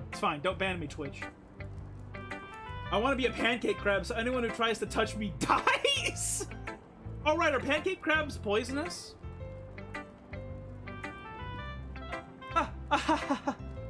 Yuri takes a deep breath. So, what kind of writing experience do you have? Your use of imagery and metaphors indicates you've written a lot of poetry before. Really? Wow, that's a huge compliment coming from you. This is actually my first time, really. Huh? Yuri stares at me blankly, then looks at my poem again. Well, I know that. I just meant, pancake crabs are dangerous. Even trying to eat a tiny bit of it can kill a human. Ooh. Preferably, do people eat spider crabs, I wonder? I think they probably do eat spider crabs. So yeah, I think you're right. I think being a poisonous crab would be best. Yuri trails off, unable to find an excuse. She traces her finger along the words in the poem as if breaking it down more thoroughly. Yeah, okay. This is the reason I was able to tell. It's just that there are specific writing habits that are usually typical of new writers, and having been through that myself, I kind of learned to pick up on them. I think the most notable thing I recognize in new writers is that they try to make their style very deliberate. In other words, they tend to pick a writing style separate from the topic matter, and they form-fit the two together. The end result is that both the style and the expressiveness are weakened. I don't know if I understand what the fuck she is saying. I know big words, and I know what stories are like, and I'm not really sure what the fuck she's even saying. I'm not sure what this means. They try to make their style deliberate. They tend to pick a writing style separate from the topic matter, and they form-fit the two together. So do you mean they pick a writing style that's not appropriate to their topic? Is that what that means? It's like, oh, I'm gonna write a horror story from, third-person omniscience, which puts the reader above the characters. So you're not, so it's like, it's discontinuous with trying to make the reader scared because they're above the, because their reading style is positioned above the action or something. I don't know. I'm speculating. Because I don't really know what this means.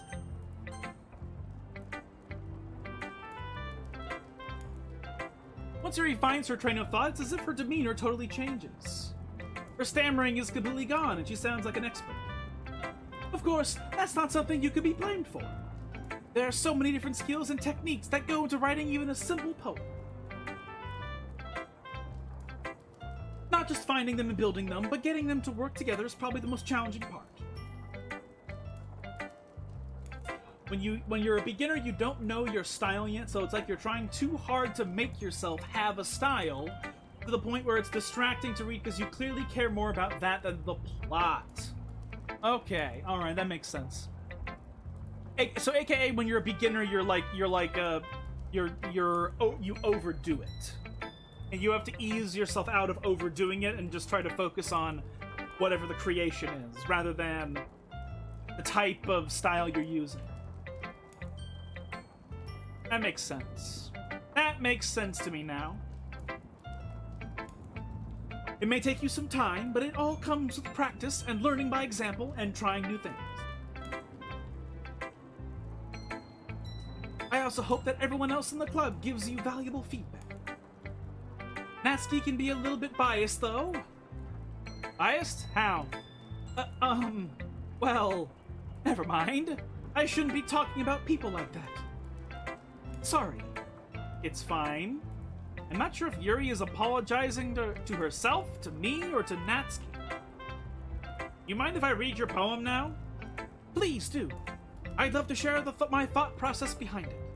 Yuri smiles dreamily as if that's a rare opportunity for her.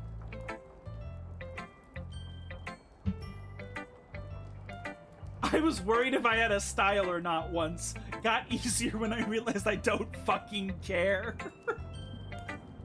Oh man, I'm not gonna lie, when I was still in like a reading state of my life, I did also try to write fan fictions myself when I was like 10, 11, 12.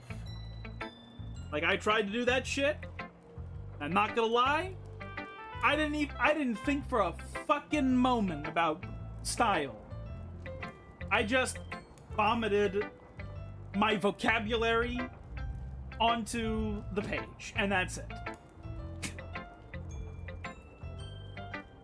Now you're in a now you're in a reader by proxy state because I spam you. I guess, I suppose. If being a reader is as simple as somebody either spamming you or reading shit to you out loud, then I guess yes, I'm sort of in a reading stage of my life again, I suppose. Which itself is kind of fun.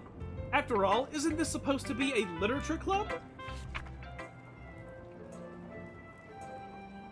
Reader by virtue of Tara, put the entire story into your DMs. Yes.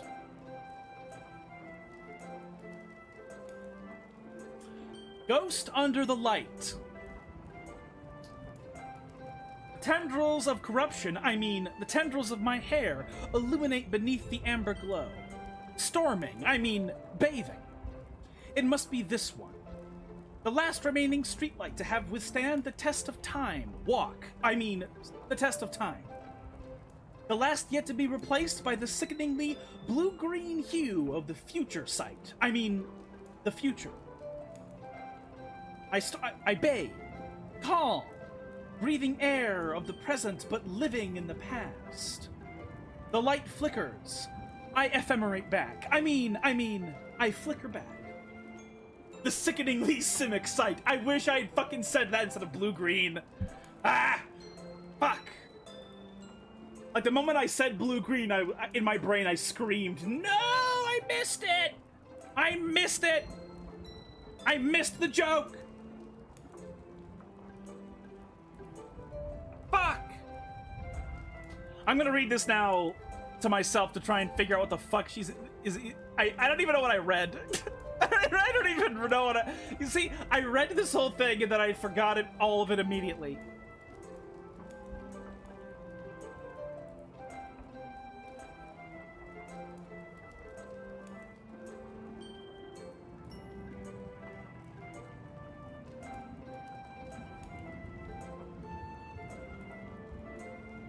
My man was reading Scribe!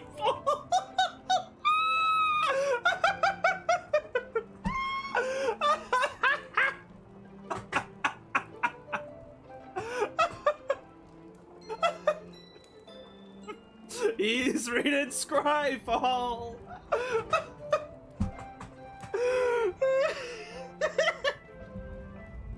Oh man.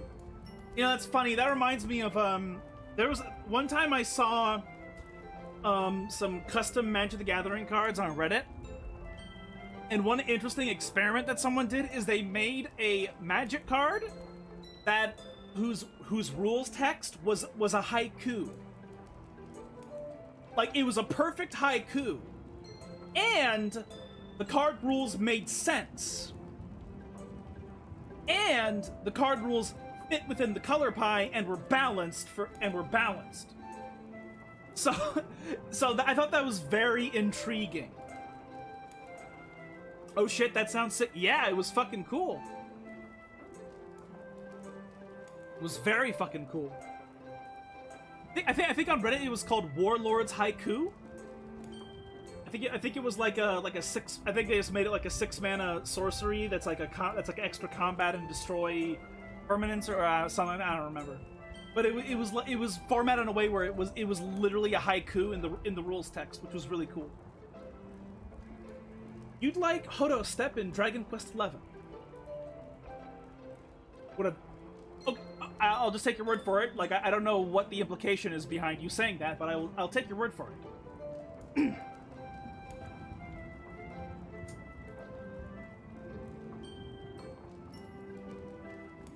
I'm not gonna lie, I do like this poem here, now that I'm reading it to myself. It reminds me of, in fact, this directly reminds me of Slay the Princess. Oda residents only talk in haiku, and they're all blacksmiths. Ooh. 2+ Mardu Warlord's Haiku. Destroy all creatures. Each player discards a card, destroy target land. Isn't that fucking cool? It's a fucking haiku.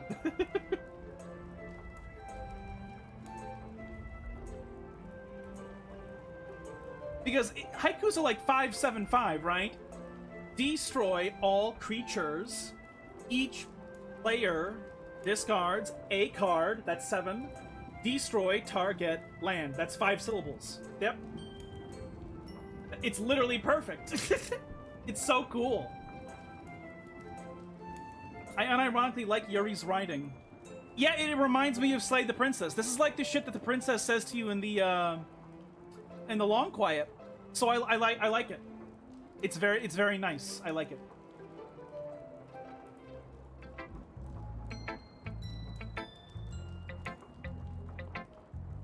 You ever listen to like low guitar beats like this and just sort of have a thought in your mind of what if it's just farting? Whoa. Because it's like the tuba of string instrument notes, of string instrument chords. I'm sorry, I have such terrible handwriting. What? I wasn't thinking that at all. But it took you a long time to read. Yeah, because I'm fucking stupid. Well, I just don't read script very often. I actually think your handwriting is pretty. Huh? That's a relief.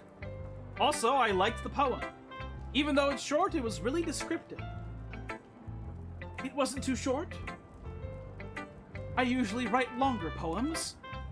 Not at all. I'm really glad you like it. Tub sees dessert. He dances in victory. Dances in victory. The cake is now gone. Oh, yes. I'll be honest. Since it's our first time sharing, I wanted to write something a little more mild. Something easy to digest, I suppose. Are you into ghosts, Yuri? Actually, the story isn't about a ghost at all, Oink. Really? I must have totally missed the point. Yeah, I didn't think of a ghost at all either. Well, I suppose you did only glance over it after all. But remember that poets often express their own thoughts, feelings, and experiences in their work. They usually do more than tell a simple story or paint a picture. In this case, perhaps the subject of the poem is only being symbolically compared to a ghost. Lingering in her last remaining place of comfort, unable to let go of the past. And soon to be left with nothing. That's a lot more solemn, putting it that way. I hadn't even thought of that. That's impressive.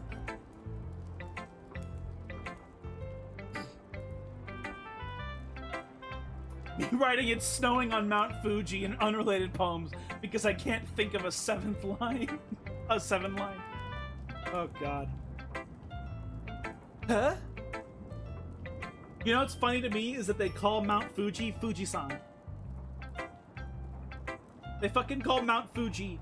Functionally, they call it Mr. Fuji for some reason. Well, I mean, I guess in English, in English we abbreviate mountain as MT, not as MR. So there's literally no I don't know why I know the reason why. It's because the Japanese have some anthropomorphic aspects of their language when they speak of things.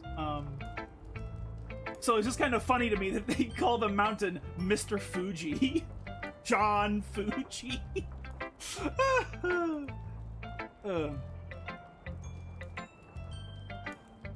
Even though I think Yamafuji would be, like, sounds really cool.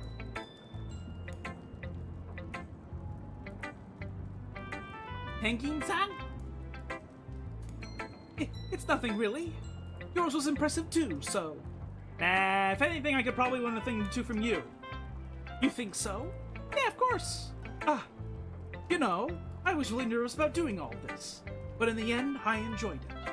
I'm going to keep doing my best for you, Oink. Ah, me too. Alright, now I'm going to show it to Sayori because she's our childhood friend. Because here's the thing, even though we're going for, Yuri, the easy second choice is the childhood friend. Because even if your personality from your childhood friend sort of diverges a bit, as long as your values don't completely separate, I don't see, like, the problem with, like, caring about them, preferring them, and all that stuff, you know? I am desperately trying to fucking mute my microphone before I make a disgusting noise, but it just hits, and I apologize when it does, and then you have to hear a disgusting noise.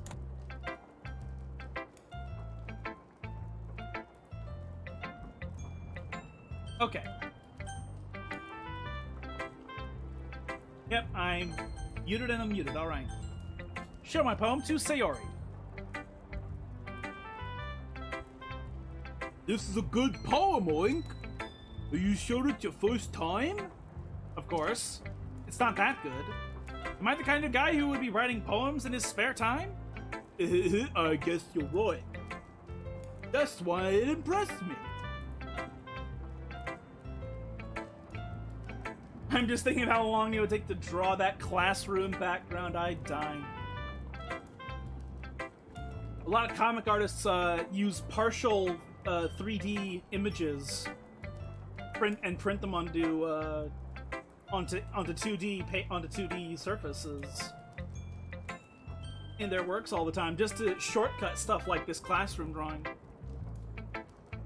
Well, to be honest, I was afraid that you wouldn't do it seriously, or that you wouldn't write one at all. I'm really happy just that you wrote one. It just reminds me of how you're really a part of the club now. Not to mention the fact that I'm standing in front of you in the club room. Well, of course. I'm not really into it yet, but that doesn't mean I'll break my promise. See? Like I said before, Oink, deep down you're not selfish at all, you know? Trying new things like this for other people? That's something that only really good people do. Thanks, Sayori. I'm not sure if Sayori sees the full picture of my motive here. Oh, you piece of shit, Protag. I am only here to get my dick sucked. Great. What a likable protagonist. Next week's assessment, fan fiction. Then again, I can't deny that she's part of the reason I joined. Knowing how much of this means to her and all. Yeah. And I'm gonna make sure you have lots of fun here, okay? That would be my way of thanking you. Alright, I'm going to hold you to that then. Me writing a detailed 70k word novel about if the Harry Potter world had skooma. You know what's funny is that in Elder Scrolls lore, skooma is just kinda it's just kind of an ordinary type of magical drug. It's not, like, the bullshit in Oblivion and Skyrim, where you can glitch the game and make yourself fly, like, that shit is not even vaguely accurate to what the intention of the fucking item is.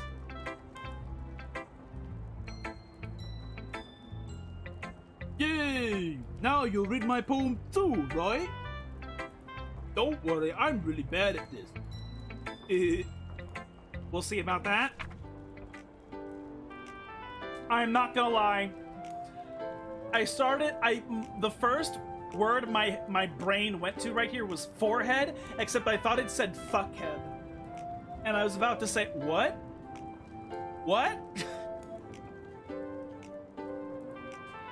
Dear sunshine, the way you glow through my blinds in the morning, it makes me feel like you missed me.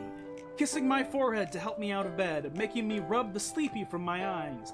Are you asking me to come out and play? Are you trusting me to wish away a rainy day? I look above, the sky is blue, it's a secret, but I trust you too. If it wasn't for you, I could sleep forever, but I'm not mad. I want breakfast. Okay.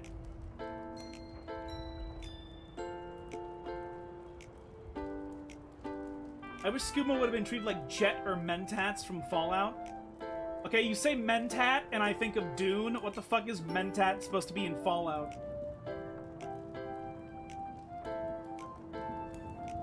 Sayori. Hey, you fuckhead, trying to cross the block in opposition colors. This gag territory. The intelligence drug. Oh, okay. I wonder if the Fallout creator called it Mentats because of Dune. As like a reference or something. Jet gives more action points, Psycho, more damage, etc. Okay.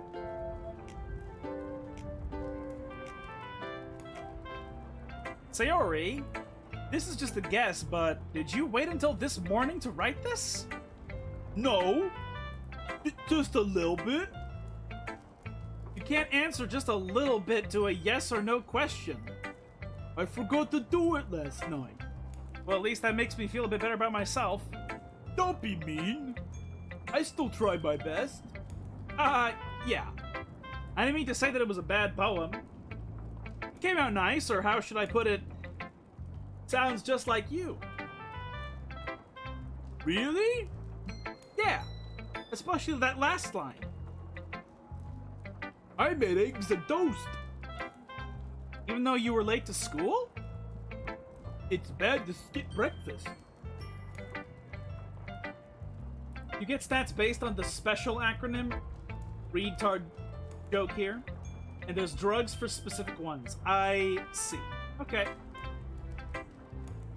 Yeah, in tabletop role-playing games, it's similar. You have 6 attributes, and you can get buffs to them through many means, including ingesting potions and stuff, so yeah.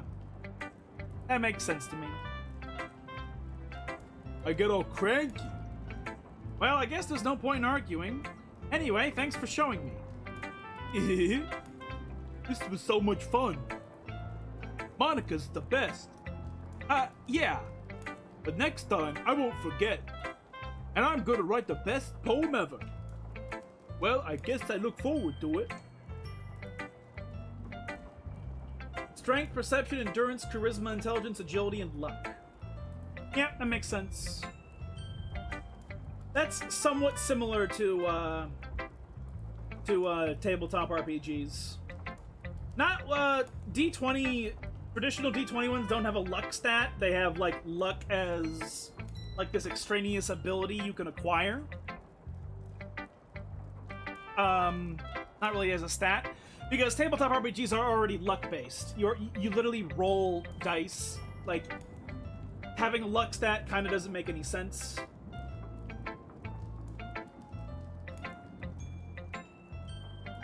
Me playing 1 intelligence so I can blend in with the super mutants.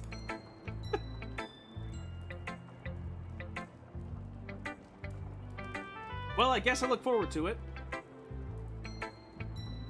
Yeah, Monica kind of creeps me out. I feel like there's something weird going on with Monica. I'm gonna talk to Natsuki first.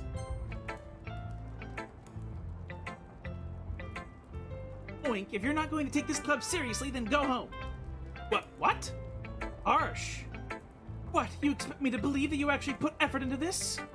Do you think I'm stupid? I'm not a writer! Maybe it's not very good, but yeah, I did put in effort. We all start somewhere, right? If you're still proud of the first poem you ever wrote, then I'd like to read it. Painful to think about? Fine. Well, sorry. You'll get better anyway. I'd tell you what to improve, but you're better off just trying again.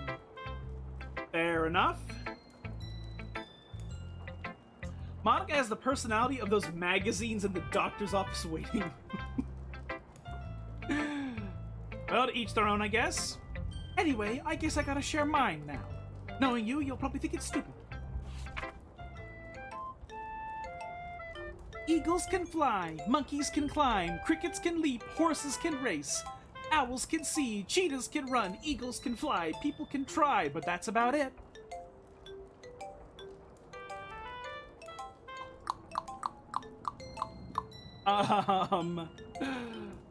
Okay.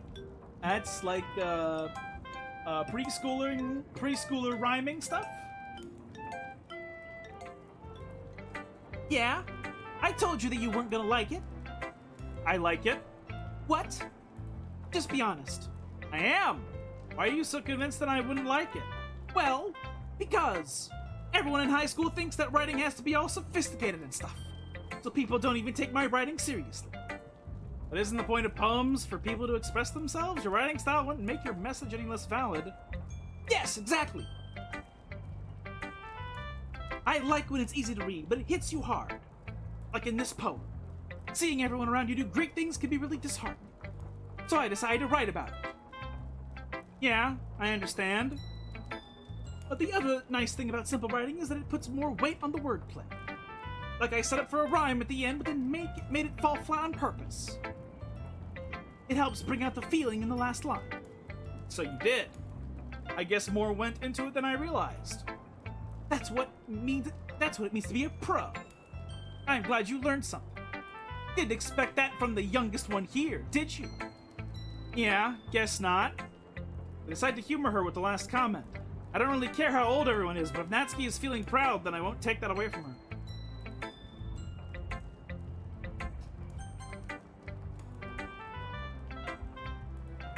Hi, Oink. Having a good time so far? Yeah. Good, glad to hear it.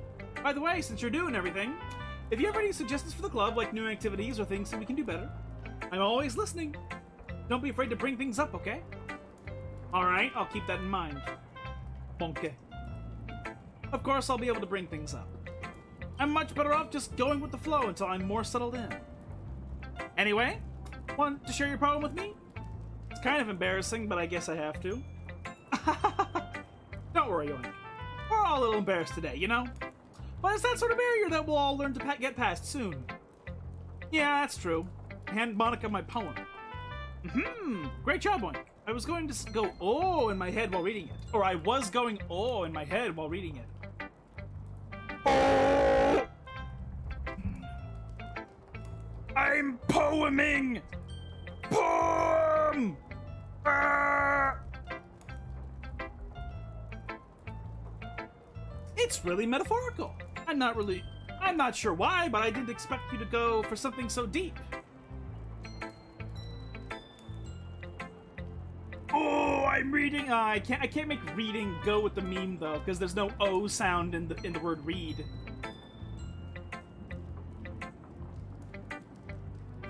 I guess I underestimated you. It's easiest for me to keep everyone's expectations low. That way, it always counts when I put in some effort. That's not very fair. Well, I guess it worked anyway. You know that Yuri likes this kind of writing, right? Writing that's full of imagery and symbolism.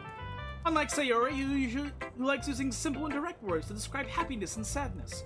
Yuri likes it when readers are left to derive their own meaning out of it.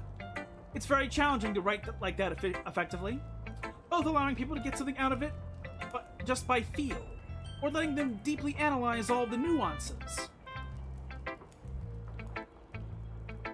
I guess reading in it has the ing you can mix with the meme. I'm reading! Ugh.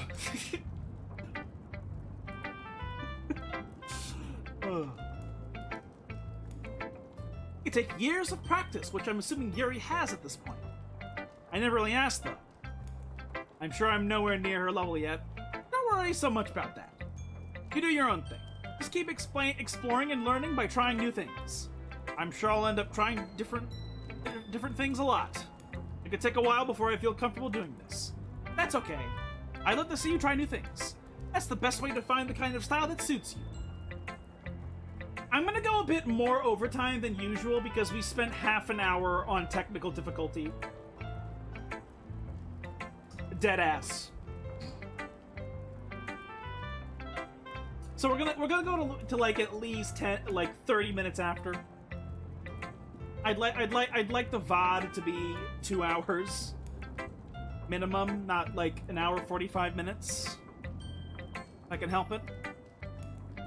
Everyone else might be a bit biased towards their own kinds of styles, but I'll always help you find out what suits you the most.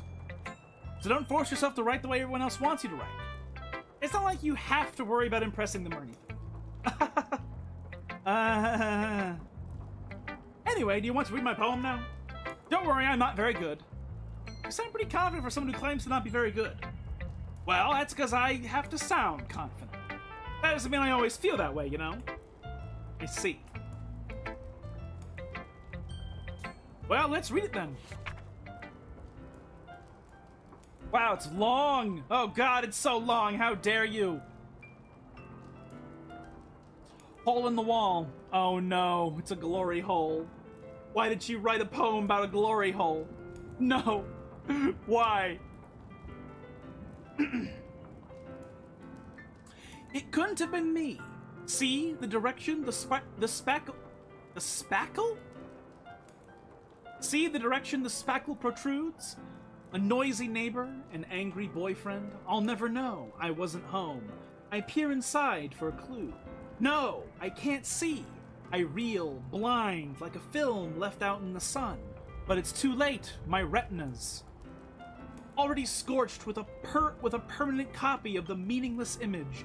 It's just a little hole. It wasn't too bright. It was too deep, stretching forever into everything. A hole of infinite choices. I realize now that I wasn't looking in, I was looking out. And he, on the other side, was looking in. Interesting. Monkey writing about California. Oh god. That's kind of this is kind of like a horror writing. Like, it's kind of scary. So, what do you think? It's very freeform, if that's what you call it. Sorry, I'm not really the right person to ask for feedback. It's okay. Yeah, that kind of style has gotten pretty popular nowadays. That is, a lot of poems have been putting emphasis on the timing between words and lines. When performed out loud, it can be really powerful. Was that the inspiration behind this one? Monkey, autism, and nutsack. What was the inspiration behind this one? Well, I'm not sure how I know how to put it. I guess you could say that I had some kind of epiphany recently. It's been influencing my poems a bit. This is, foreshadowing, right? She's talking about how she's looking out and we're looking in because we are the player looking into the game and she is looking out of the game at us. An epiphany? Yeah, something like that. I'm kind of nervous to talk about deep stuff like that because it's kind of coming on strongly. Maybe after everyone is better friends with each other. Anyway, here's Monica's writing tip of the day. Sometimes when you're writing a poem or a story, your brain gets too fixated on a specific point. If you try so hard to make it perfect, you'll never make any progress. Just force yourself to get something down on the paper and tidy it up later. Another way to think about this is, if you keep your pen in the same spot for too long, you'll just get a big dark puddle of ink. So just move your hand and go with the flow. That's my advice for today. Thanks for listening. Phew. I guess that's everyone. I glance around the room. That was a little more stressful than I anticipated. It's as if everyone is judging me for my mediocre writing abilities. Even if they're just being nice, there's no way my poems can stand up to theirs. This is a literature club after all. You guys hear a rumbling? Because I'm wondering if I'm like vibrating my leg and if that's shaking the microphone or not. Golden in the sun, round like the bottom of a raindrop, green, reaching for the sky. Oignon. I sigh. I guess that's what I ended up getting myself into. Across the room. You don't hear a shaking noise? Okay, the microphone's not rumbling then, okay. Across the room, Sayori and Monica are happily chatting. My eyes land on Yuri and Natsuki. They gingerly exchange sheets of paper, sharing their respective poems. As they read in tandem, they watch I watch each of their expressions change. Natsuki's eyebrows furrow in frustration. Meanwhile, Yuri smiles sadly. What's with this language? Huh? Did you say something? Oh, it's nothing. Natsuki dismissively returns the poem to the desk with one hand. I guess you could say it's fancy. Ah, thanks. Yours is cute. Cute?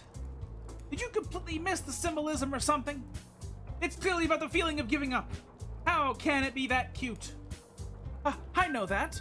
I just meant the language, I guess. I was trying to say something nice. Huh? You mean you have to try that hard to come up with something nice to say? Thanks, but it really didn't come out nice at all. Well, I do have a couple of suggestions. If I was looking for suggestions, I would have asked someone who actually liked it. Which people did, by the way. Sayori liked it, and Oink did too. So based on that, I'll gladly give you some suggestions of my own. First of all, excuse me. I appreciate the offer, but I've spent a long time establishing my writing style. I don't expect it to change anytime soon, unless of course I come across something particularly inspiring. Which I haven't yet. And Oink liked my poem too, you know, and even told me he was impressed by it. Natsuki suddenly stands up. Oh? I didn't realize you were so invested in trying to impress our new member, Yuri. That's not what I... You're just... Yuri stands up as well.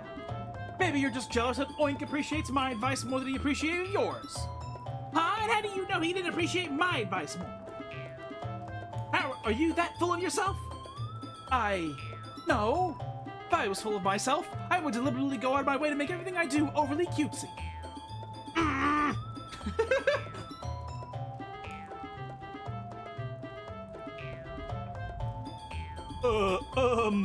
Is everyone okay? Well, you know what? I was the one whose boobs magically grew a size bigger as soon as Oink started showing up. Natsuki! Natsuki, that's a little... This doesn't involve you! I don't like fighting, guys. Suddenly, both girls turn towards me as if they just noticed I was standing there.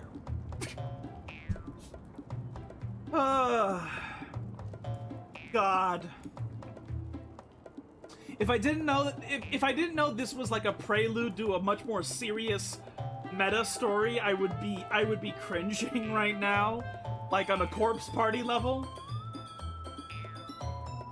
Your Sayori voice is Big the cat. I don't know. I feel like I'm trying to imitate that mouth full of water and red meat noise that like Vin Diesel sort of has going. That's like what I'm trying to do with the voice. Again, pretending my mouth is full of water and grease and meat. Like my tongue is swollen. I don't know if I'm not sure it sounds like Big the cat though. Big the cat is a lot more pronounced, like, whoa, you know, he's like that, you know. Whoa, you know, it's a lot, you know. That's so accurate for Vin's voice, I never thought of that. Yeah, it's like his tongue is swollen and he has one tonsil. Like, only one of them got removed. Because he has that rasp, but it's also like a watery rasp instead of a dry rasp. Frog in mouth, yeah. Boink. She's just trying to make me look bad. That's not true. She started it. If she could get over herself and learn to appreciate that simple writing is more effective, then this wouldn't have happened in the first place. What's the point in making your poems all convoluted for no reason? The meaning should jump out at the reader, not force them to have to figure it out. Help me explain that to her, Oink. Wait! There's a reason we have so many deep and expressive words in our language. It's the only way to convey complex feelings and meaning the most effectively. Avoiding them is not only unnecessarily limiting yourself, it's also a waste. You understand that, right, Oink? Well...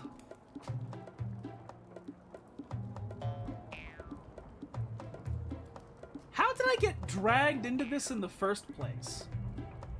It's not like I know anything about writing.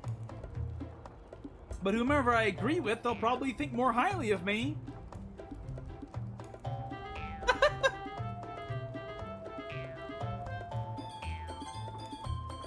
Ah! Exactly the same. I assume Help Me Sayori is you trying to get favor with the childhood friend, and then these two are getting favor with them.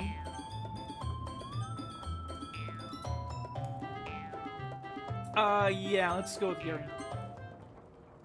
Natsuki, you're right that I liked your poem. See? Wait! That's not an excuse for you to be so mean! You shouldn't pick a fight just because someone's opinion is different. That's not what happened at all. Yuri wouldn't even take my poem seriously. I understand. Yuri. Huh? You're a seriously talented writer. It's no secret that I was impressed. Well, that's... But here's the thing. No matter how simple or refined someone's writing style is, they're still putting feelings into it and become something really personal. Yeah, I don't like the protag. I fucking hate this shit so much. You know, like, in the harem manga I read as a teenager, there was still a fucking plot that was not related to the main character just trying to fuck. Like, there was actual plot shit going on.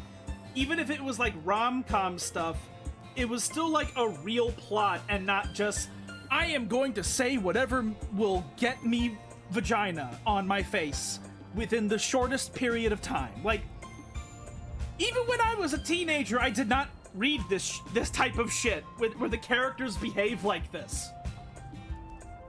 Heaven's Lost Property and Rosario Vampire were formative. I did not read a huge amount of Rosario Vampire. I maybe read like 3 volumes. But I don't remember a lot of it. Because it was such a long time ago. Again, I was like 13 to 15 or something. Heaven's Lost Property! I read that. I actually read that as an older teenager, like when I was like 17 or so. Which was the time when I was like going on the internet to just read manga on the internet instead of ordering them. And yeah, I remember Heaven's Lost Property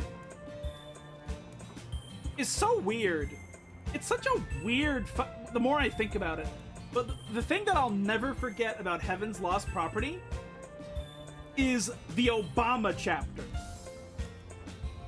Do you remember that, Rag? Do you remember the actual Obama chapter? Do you remember?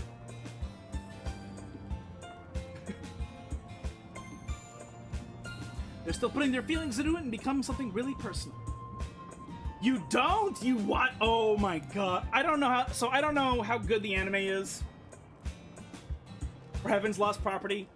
But in the fucking manga, there is literally a chapter where like some weird fuck up happens and the angels like have a fight or something, or they make enough of a scene that like the American military base nearby in Japan, they pick up something on their readings and they go crazy and they think that like they think that like there's terrorists in Japan, and there are panels of the entire US military mobilizing to go invade Japan to protect it from terrorism. And there's a part where there is a panel where literally Barack Obama in the manga panel is making a speech in front of all the soldiers and just saying, yes, we can. And then in a panel afterward, the American soldiers show up in the panel and they're crying while they're holding their guns saying, I wish we didn't need to liberate the world from all the evils of terrorism. These poor people need our help. We will save them.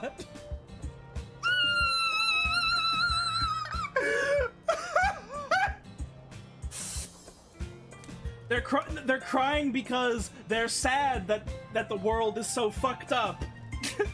They're sad that the world is so fucked up and that these people need their help.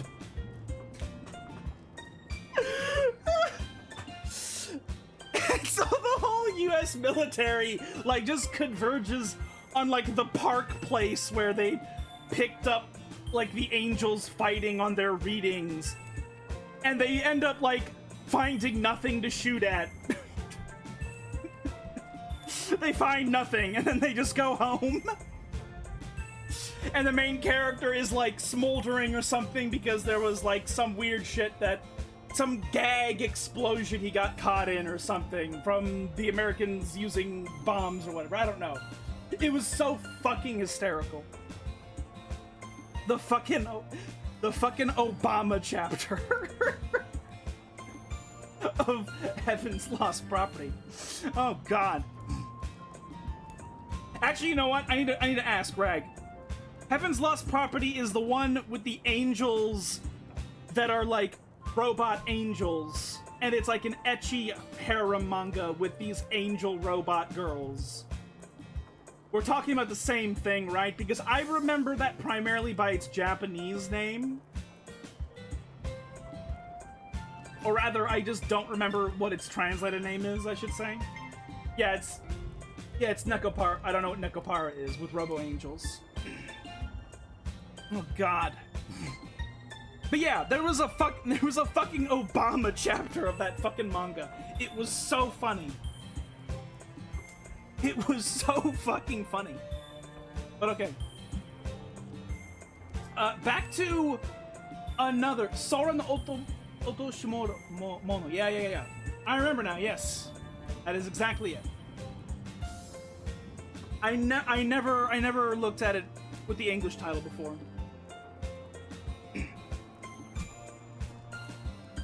Oh, God. Oh, man. Okay, alright. That's why Natsuki felt threatened when you said her poem was cute. I see. I didn't notice that. I'm sorry. But Natsuki, you took it way too far. Yuri means well. If you just told her how you felt, then this wouldn't have happened in the first place. Are you kidding? That's exactly what I did. It was her that... Natsuki, I think that's enough. You both said some things that you didn't mean. Yuri apologized, don't you think you should too? Natsuki clenches her fists. In the end, nobody has taken her side. I never finished Otoshimono either, like... Because there's only a certain amount, even when I was a single teenage boy, there's only so much, like, cock tease between a real plot and the PG-13 ecchi, where after a certain point, I was just sick of the plot not fucking happening. Like, I was getting so sick of it, I was like, I am tired of the non-titties that you're not showing me, but you're also not showing me the plot. So, like, I fucking stopped. I never finished that one. It just became so fucking frustrating after a point that nothing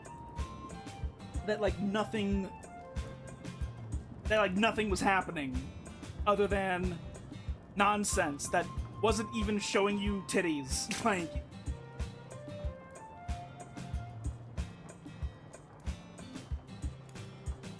a single teenage boy compared to an amalgamation of the souls of multiple teenage boys.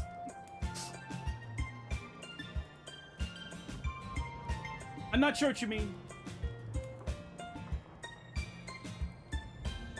I only watched the anime because I saw an AMV for a song called The Big Penis Acapella. Is that the song where the guy's like, it wouldn't... It's like a... When I'm feeling down, I just gotta look down, and then I think to myself, take a look at my enormous penis, and my troubles just melt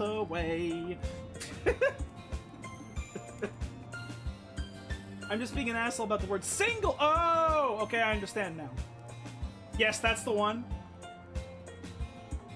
I encountered the big penis acapella in like some sort of video game, some sort of YouTube poop, where it was like a video game cutscene with like a sandworm from Dune, and it was like a worm the size of a mountain, and in the background the guy was singing "Look at My Enormous Penis."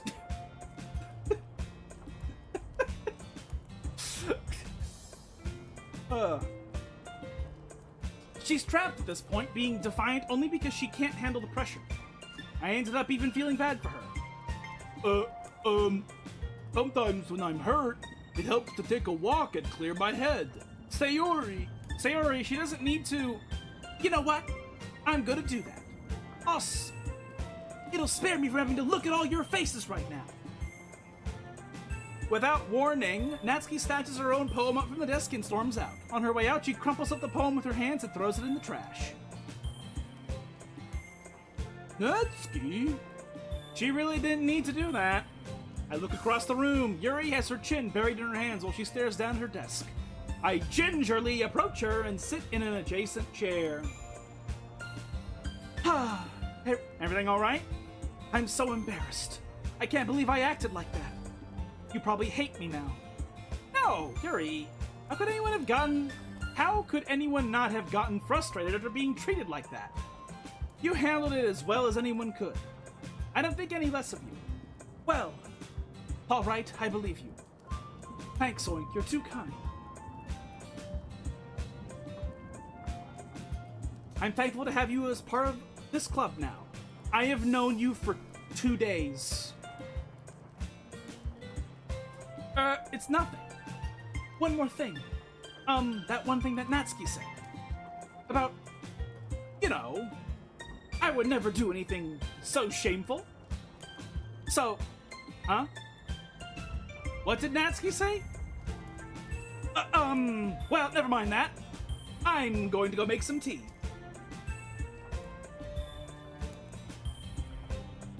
Even when I was a teenager, I suspected that high school girls in absolutely no capacity, even between each other, probably do not speak of their tits in this fashion.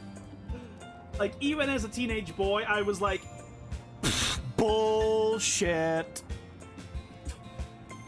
Like, and so all these types of fucking these nonsense harem tropes come out, and it's like they punch me in the face with like, oh god, oh, we do sometimes, huh? Oh well, anime was real after all. Holy shit! Holy shit! Holy fuck! Make enough for more than one person, okay? Yeah. Wait, what did she... What? Oh, tea, right. Girls talk about that stuff like that, but obviously not in the anime cringe way. Okay. Right.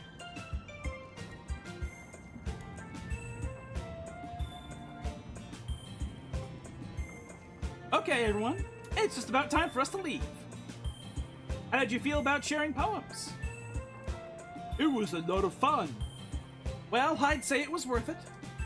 It was alright, well, mostly. Oink, how about you? Yeah, I'd say the same. It was a neat thing to talk about with everyone. Awesome! In that case, we'll do the same thing tomorrow. And maybe you learn something from your friends, too. So, your poems will turn out even better. I think to myself, any day now, a woman with tits bigger than her head will force herself into my life. Anime is real if I just believe, right, guys? I mean, there are plenty of women with tits bigger than your head. It's just that they are also heavier than you are. So, it's not that hard to find them. It's might not be the type of anime you thought was real, that you were hoping was real. I think to myself, I did learn a little more about the kinds of poems everyone's like. You're manifesting it like the white girls. Let's go, bestie. What's your star sign? Oh, Christ almighty. With any luck, that means I can at least do a better job of impressing those I want to impress. This motherfucker, I hate this character. I nod to myself with newfound determination. Oink! Ready to walk home? Sure, let's go. Sayori beams at me. It truly has been a while since Sayori and I have spent this much time together. I can't really say I'm not enjoying it either. Sayori, about what happened earlier. What do you mean? You know, between Yuri and Natsuki. Does that kind of thing happen often? No. That's really the first time I've seen them fight like that. I promise they're both wonderful people. You don't hate them, do you? No, I don't hate them. I just wanted your opinion, that's all. I can see why they'd make good friends with you. Phew. You know, Oi, it's nice that I get to spend time with you in the club, but I think seeing you get along with everyone is what makes me the happiest. I think everyone really likes you too. They have known me for 2 days. That's... Every day is going to be so much fun. Looks like Sayori still hasn't caught on to the kind of situation I'm in. What if he's only joining the club to fuck the girl's mom? Oh my god. That's even more degenerate. That's even more degenerate. Sure, being friends with everyone is nice, but does it really need to stop there? I love her mom, mom, versus I love her mom. Oh, god. Blech. We'll just have to see what the future holds, Sayori. I pat Sayori on the shoulder. I said that more to myself than to her, but it's easy to use Sayori as an internal monologue sometimes. Okay. Yeah, let's do this.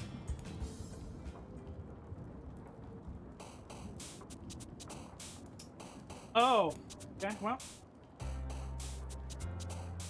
Stacy's mom has got it going on, and the game is meta, and I have a small dong.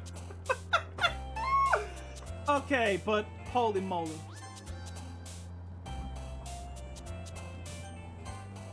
Jesus, fuck all Christ. Okay. So, the beginning of this stream was a fucking travesty. I'm gonna go in and I'm gonna change tomorrow's schedule to be Doki Doki Literature Club. I hope you all enjoyed. Thank you all for coming here to hang out with me. We'll be back again tomorrow with this game again. I didn't expect the old point-and-click game to be uncapturable. Like, we have played, whatchamacallit, we've played old full-screen games before, but that one in particular, like, was completely resistant to all methods that I knew of how to make it work properly. So, we'll have to save that for a different day when I have a different setup and a different life situation and all that. And then, I don't think Tara's gonna make me forget to go back to that game when the setup is better. But yeah, other than the beginning of the stream being a fucking shit show, this was pretty good. I like this. Doki Doki. If I did not know that it wasn't going to become this weird meta horror thing, then I would kind of dislike it.